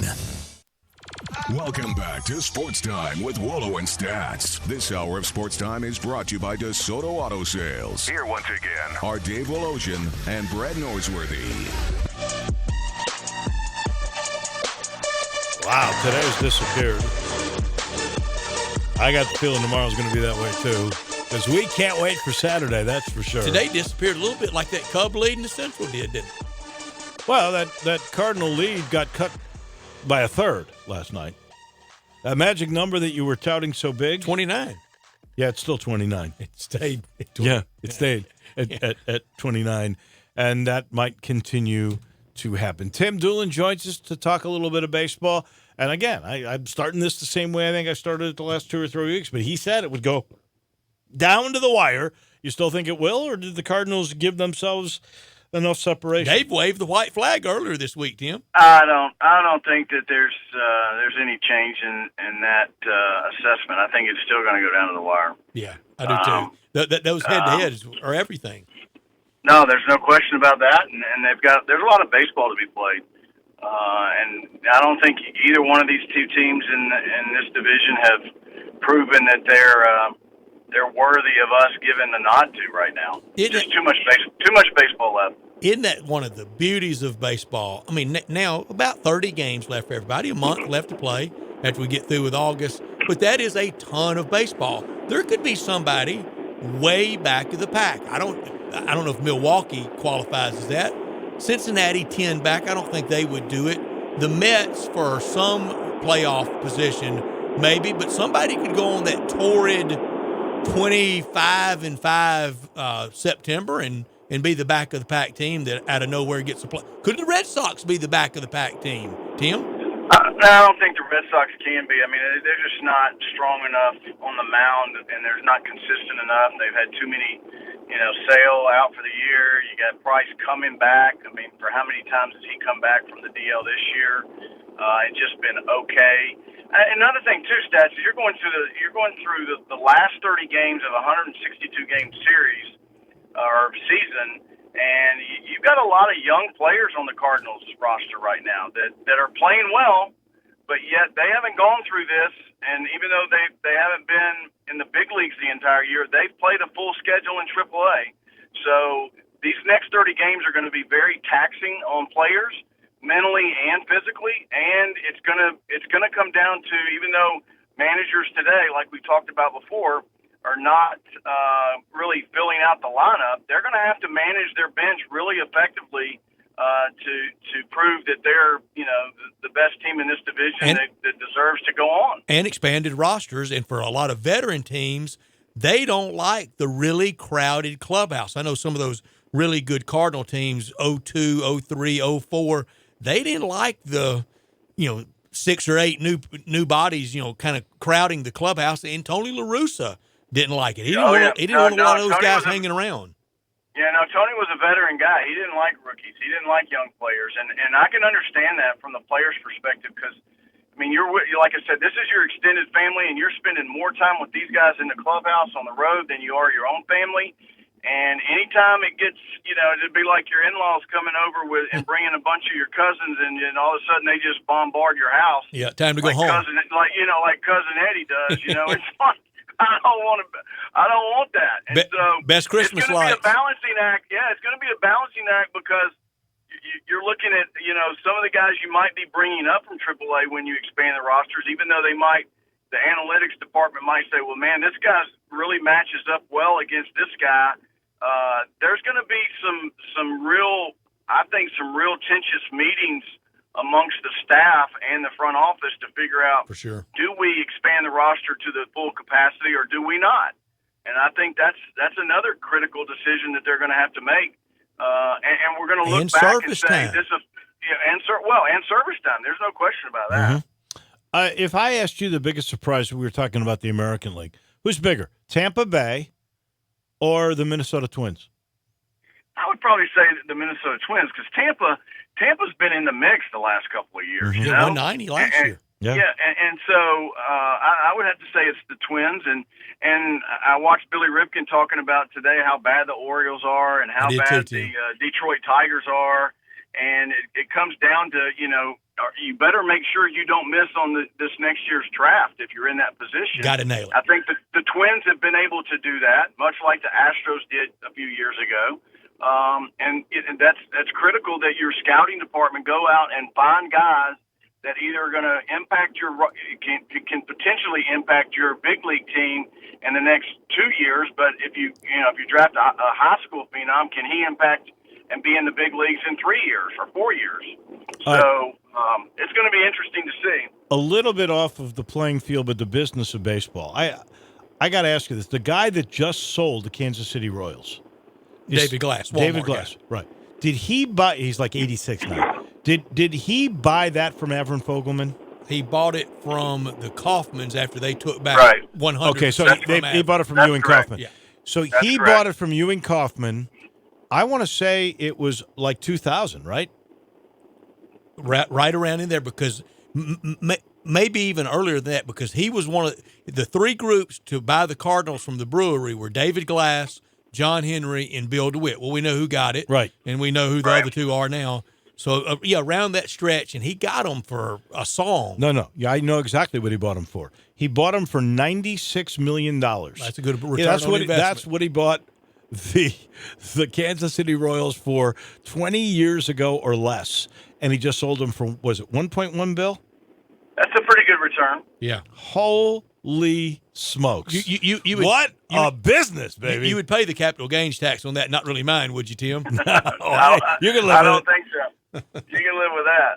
That's for sure. Man. And you can live with it, but you sure can't spend it all. No, that's true. That is very true. He didn't enter the whole But deal. that's the health of baseball, where it is healthy. I mean, franchise values have never been tenfold in 20 years. And all the stadiums, most all the stadiums. Oakland's one that's on the lesser degree. Texas building a new one. Most of the stadiums are very nice or fully refurbished now. There's not anybody other than Oakland out there really that needs to replace something tomorrow. There are a couple though that are having to look at replacing things that replaced other ones, like on the South Side in Chicago, in Cleveland, and both of those places. That's going to be hard right now to do that. But baseball's very healthy, and we're heading into the best time of year for it, Tim. Well, I think so. I think the bigger issue for baseball is really two franchises, with the Rays scuffling in attendance, and then I was able to talk to a couple of Miami scouting director execs that are really, their real concern is how can they get 10,000 people in the stands to make some numbers work, and it's very difficult. And I don't think that some of the ideas of playing half the games in Miami and half the games in Puerto Rico, and then the Tampa talking about half the games there and half the games in Montreal, that's not going to work. No. I think that's the farthest thing from being. I tried to forget about solution. I just don't think it's going to work. And I know there's a big push from some people that I know very close that are trying to put together and actually have a very strong financial group in place to bring Major League Baseball to Nashville. I think that if Major League Baseball does expand, I think Nashville is going to get one of those clubs. Man. Nashville and Vegas, is that it? I don't know about Vegas. I mean, and obviously Vegas has got the football team coming, but I have no idea if Vegas. I don't know that Vegas would support a Major League Baseball team. Well, so to be honest, you with think you. Nashville I think Nashville would. You really do? Absolutely. I do. I wonder, is there really enough money for a football team, a hockey team, and a baseball team there? And look what they're doing with soccer. They're spending $50-some-odd million building a soccer stadium. Nashville, as bad as I hate to admit it, Nashville is thriving. Oh, it is. I admire what they have done in the last 20 years. There's no doubt about that. And they literally came from out of nowhere to get that NFL football team. But I don't know that they could support all those sports and Major League Baseball. That's 81 games every year, and you got to draw pretty good crowds. And I do not mean this as a shot, but mostly when Bud Adams decided to move there, and he looked everywhere, he looked here, he played a lot of different places. Nashville was a wide spot in highway then. I mean, it was Sleepyville. Right. Well, and let's face it, to draw, all you got to do is draw 10 games with exhibition games. That's all you got to draw do it in the NFL. 81 nights in baseball, that's a whole different thing. And if they expand, they got to expand by 2 teams to keep it balanced. And my question for you is, what's the other market?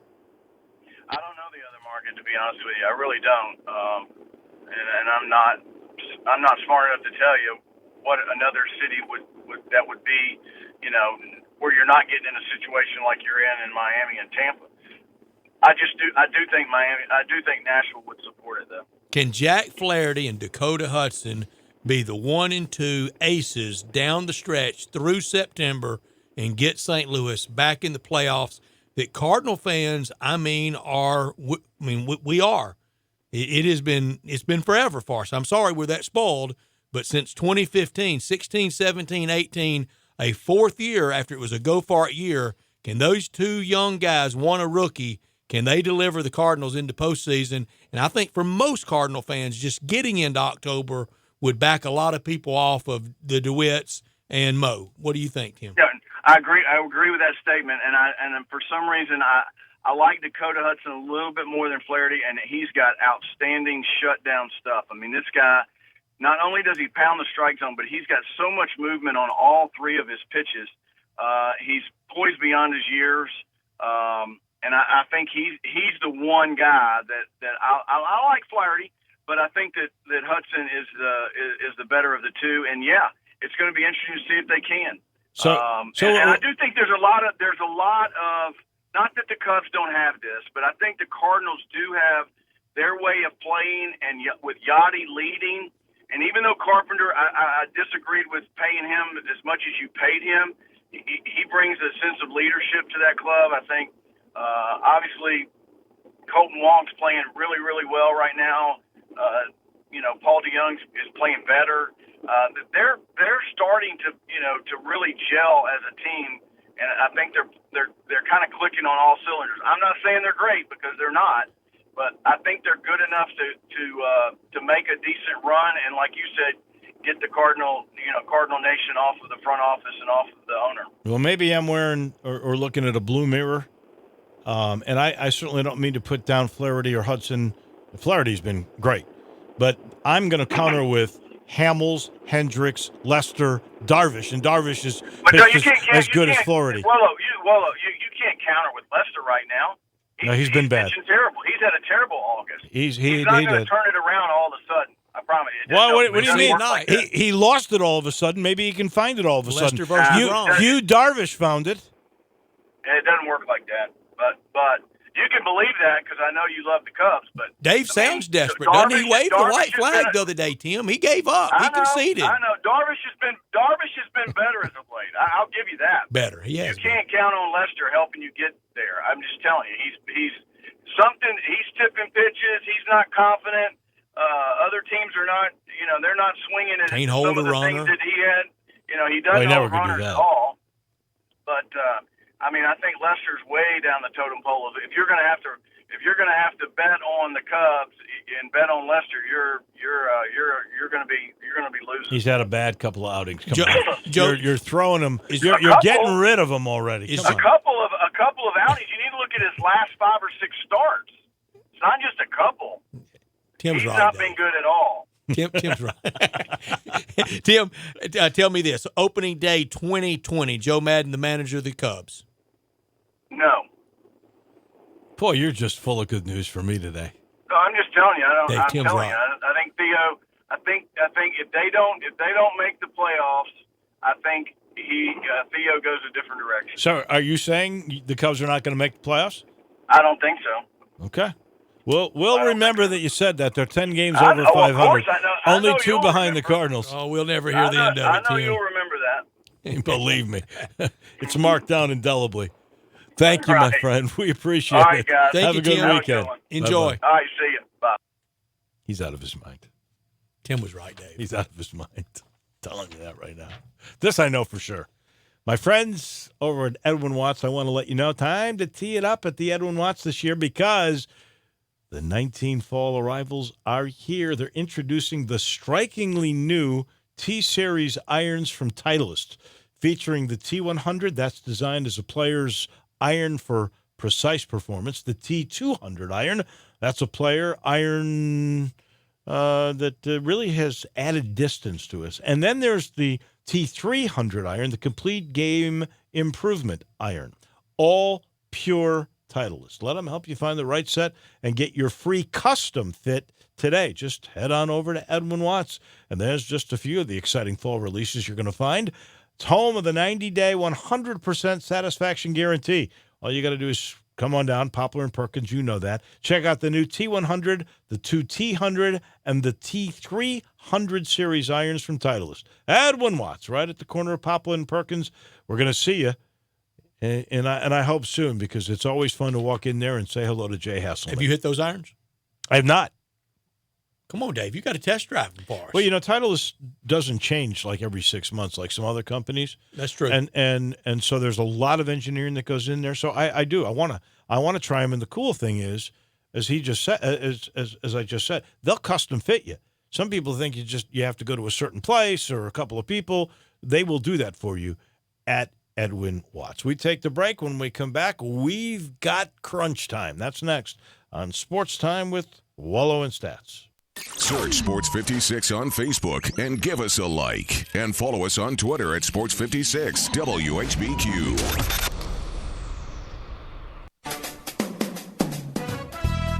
Hi, this is John Conway with Conway Services. Have you ever noticed your air conditioning system never breaks down at a good time? We know at Conway Services the timing's not always right to replace your air conditioning systems. That's why we have financing options available. Right now, during the dog days of summer, get your new Carrier air conditioning system for as low as $99 per month. That's right, Conway Services has new Carrier air conditioning systems as low as $99 per month. And you could do that. Plus, your new air conditioning system comes with a 10-year parts warranty, a free Nest thermostat, and you know with Conway Services, you'll be receiving our award-winning service every time. So call Conway Services, the Mid-South's premier heating, cooling, plumbing, and electric service company at 384-3511. That's 384-3511. And the first 30 callers with a 10-year-old air conditioning system will come out and inspect it absolutely free. Call 384-3511. Conway Services. Call Conway today.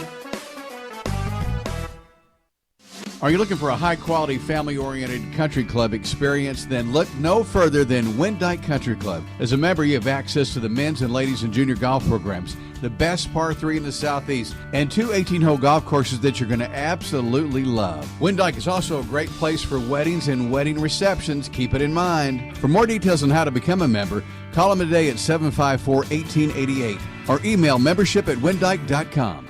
It's all about the fun, isn't it? Oh my gosh, absolutely. Hi friends, I'm Shane Stanford from Christ Church, Memphis. Here at Christ Church, we believe in Memphis and we believe in you. And every Sunday at 11 o'clock, we want to invite you to come hear a biblically based, Christ-centered message that talks about God's love for you and His guidance in your life. And also to hear an interview by amazing people who are doing incredible things for our city and our community. So don't miss us, 11 o'clock, right here on this station, every Sunday morning. I'm Shane Stanford. Remember, you matter.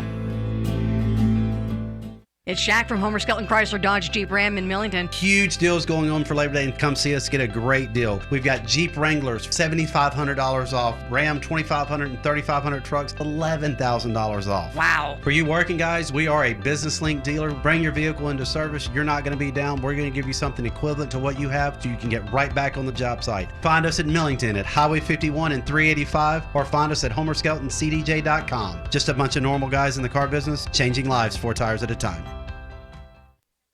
Welcome back to Sports Time with Wolo and Stats. This hour of Sports Time is brought to you by DeSoto Auto Sales. Here once again are Dave Wolosian and Brad Norsworthy.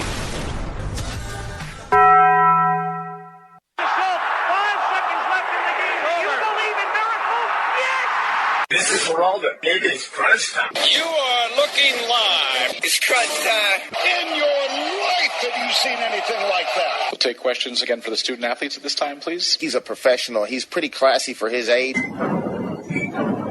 Crunch time, that's the frustrating part. Little Penny could make some appearances this year. Okay, I'm not huge into stats. Has it always been this way? It's crunch time, so I got a different mind state. What's happening, big dog? How you doing? Is this thing working? Immediately when the buzzer sounds, he lets out this shriek.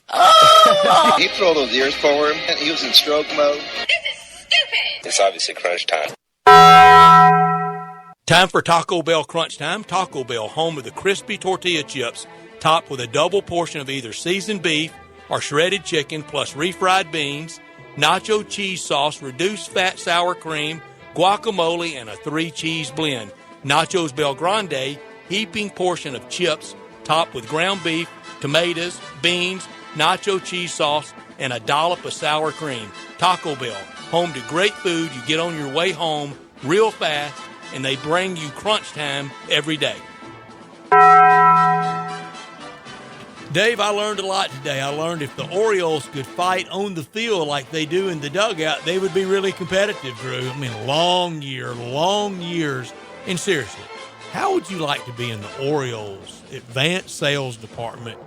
Tickets, boxes, anything. It's tough for the next Orioles. year. Seriously. Woo. When you think about it, their greatness was so long ago, it seems.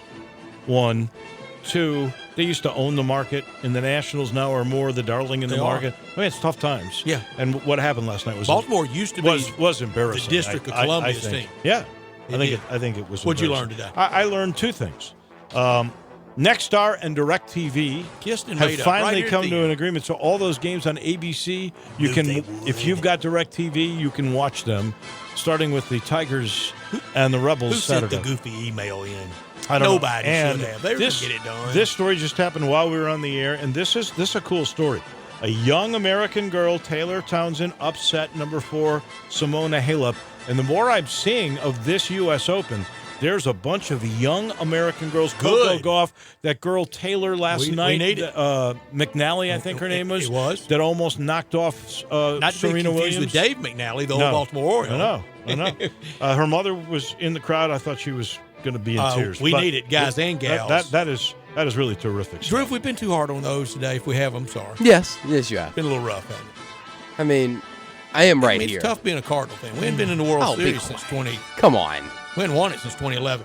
Could have done without Joey Brackets, Joe Lenardi with a bracketology out today. Did y'all check it out? No. Anybody? What's Memphis, a 4 seed with him? That's the Tigers as a 5 seed.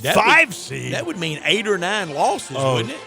Joey Brackets has lost it. That's crazy. How many East Coast teams has he got in there? Oh, you know who they all are. Like everybody from Philadelphia? I'm ready for a Tigers basketball schedule. I'm ready. Me too. I am really too. I could have done without Tim Doolin blowing his credibility just moments ago on these airwaves. I thought he enhanced it, Dave. It's amazing how people can hear to get one thing and get two different answers. The Cubs would not make the playoffs.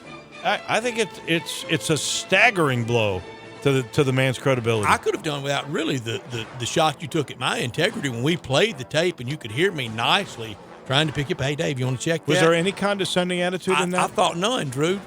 I heard no. Did you hear condescension? Nope, Drew? I didn't hear anything. Drew's the official condescending decider, and he said none. Condescending decider. What do you keep an eye on tonight? We got a lot to watch. Keeping an eye on you. That's what I'm keeping an eye on. No, football, baby. Clemson and Georgia Tech and Tackle Trevor football. Lawrence. Will I vote for him later in the year? Cincinnati and UCLA. Come on, Bearcats. I think they're going to win that game over UCLA.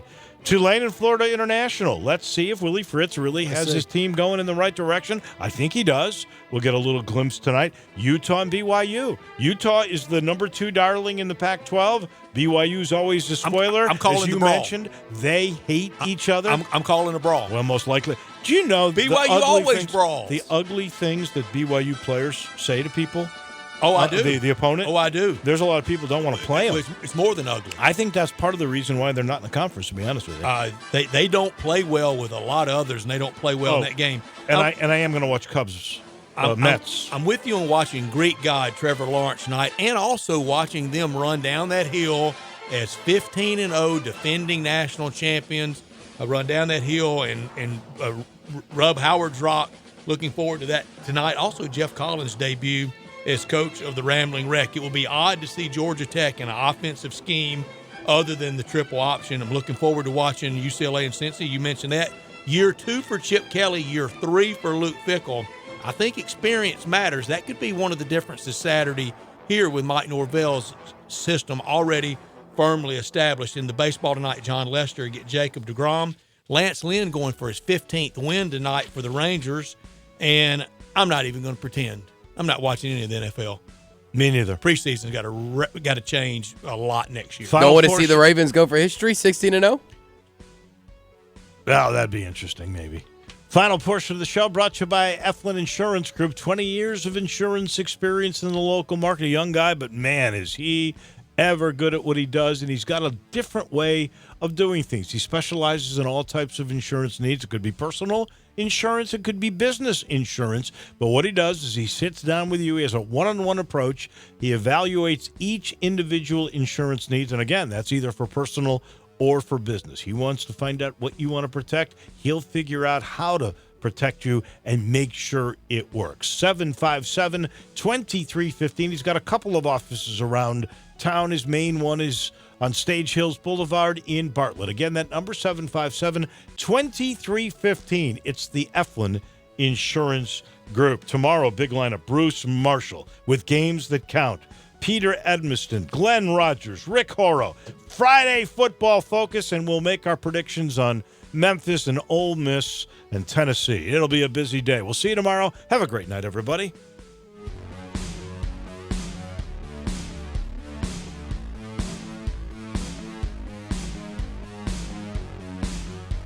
Tee it up at Edwin Watts Golf Shops this Labor Day weekend for the trade-in, trade-up sale. Trade in your golf balls and get $3 towards a new dozen. Trade in your shoes and get $10 towards a new pair. Trade in your golf bag and get $25 towards a new one. And get a 50% bonus trade-in on your old clubs. And remember, be sure and check out the new T-Series irons from Titleist. It's all happening now through Labor Day at Edwin Watts Golf Shops, home of the 90-day satisfaction guarantee. Edwin Watts Golf Shops, serving golfers since 1968. No matter what your past credit, no matter how much you owe on your trade, no matter if you tried to buy at another deal and were turned down, Sunrise Buick GMC can get you financed. There's never been a better time to trade. Sunrise has hundreds of new vehicles and over $5 million in used car inventory, specializing in cars and trucks under $10,000. Sunrise has the lowest prices and will not be undersold. Bad credit, bankrupt, slow pay, Sunrise gets you financed when no